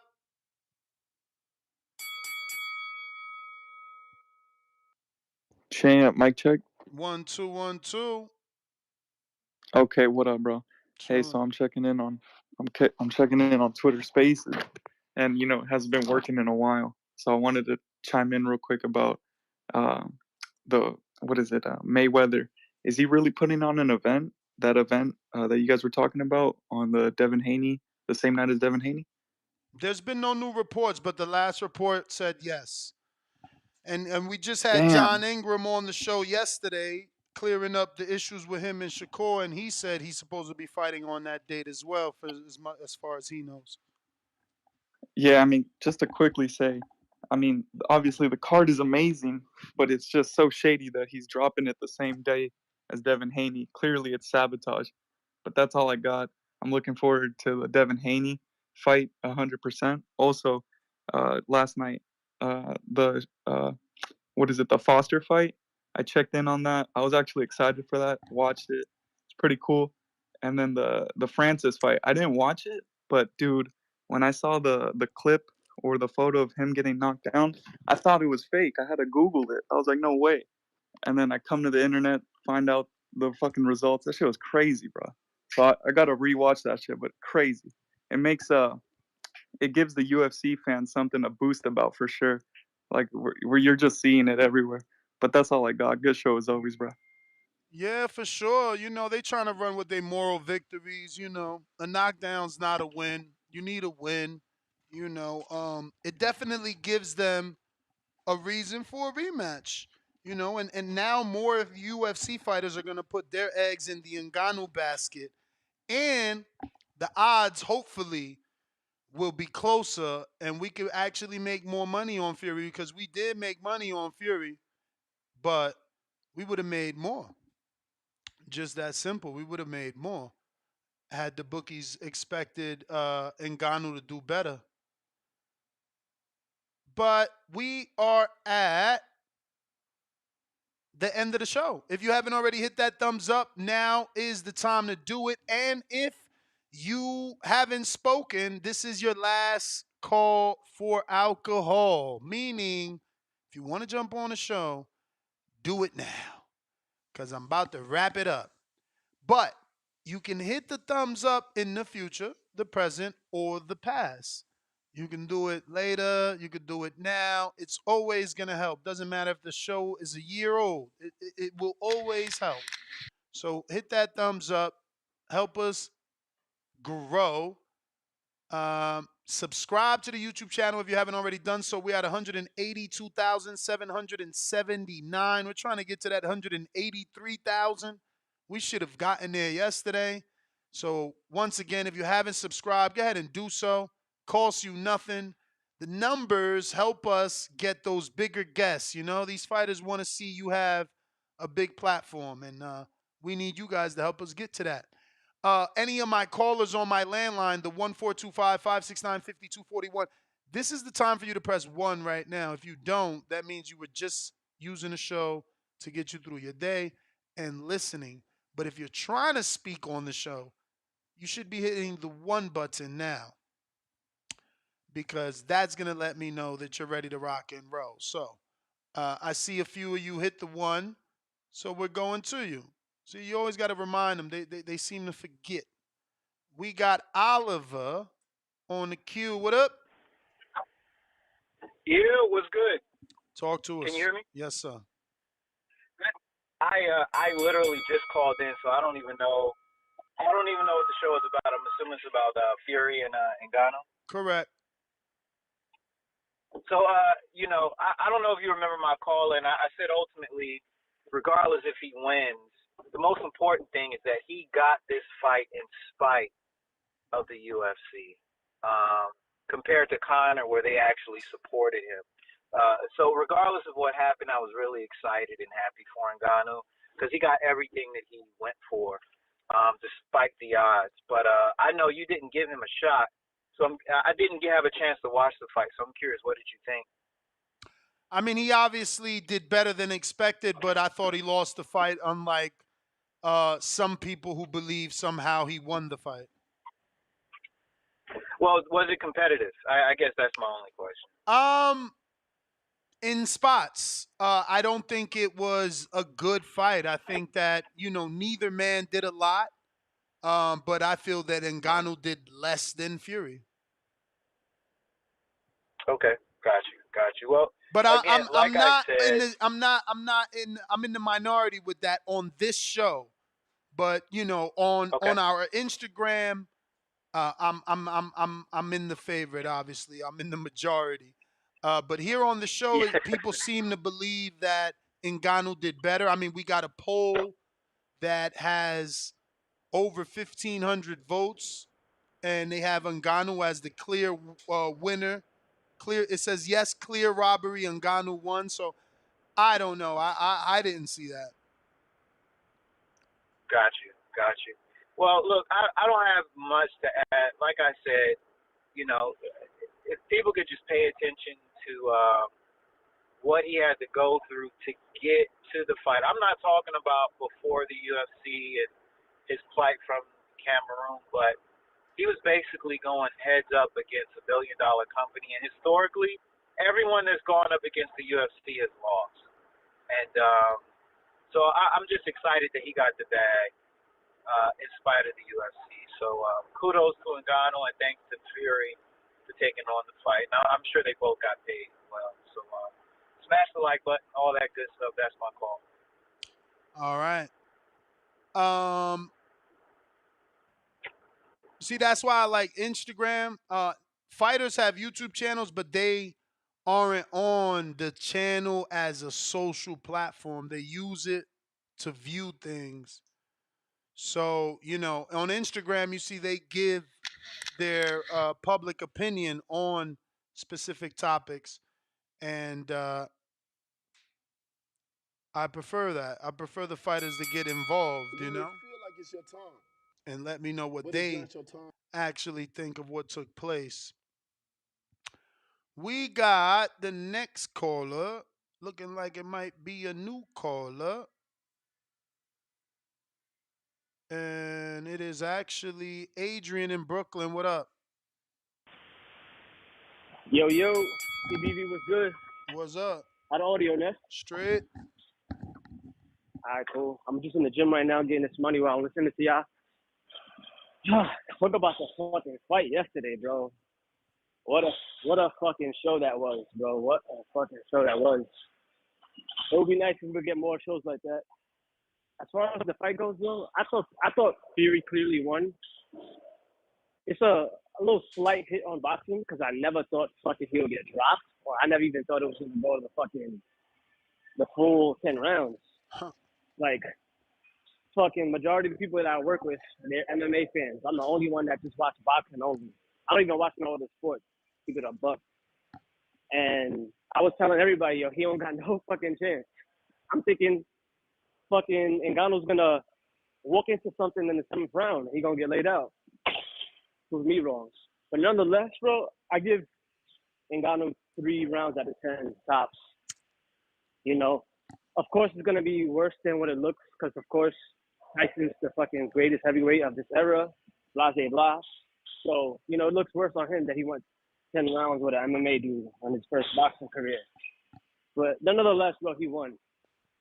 I would still like to see the fucking Usyk fight in December because people must have forgot Usyk could have lost his last fight because I thought that point was right on the belt line. That shit was clearly on the belt line. It wasn't below. Nah, that was a good to my punch. knowledge, if it's below the belt line, it don't count. But if it's on the belt line, it still counts. He could have been knocked out right there, bro, and that whole shit could have been fucked up, So they both got some controversies in their last fight.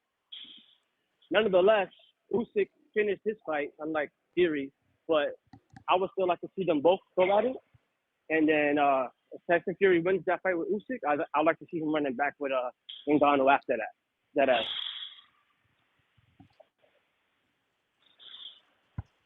That's it? You heard? Yeah, I heard it. Yeah, bro. All right, champ. Appreciate it. It's my call, man. Keep up. You got it. Keep getting that money, Adrian. That was Adrian in Brooklyn. Remember, last call for the calls. Time to go. Nez GTO, Instagram, and Twitter. Catch us on the next one. Peace.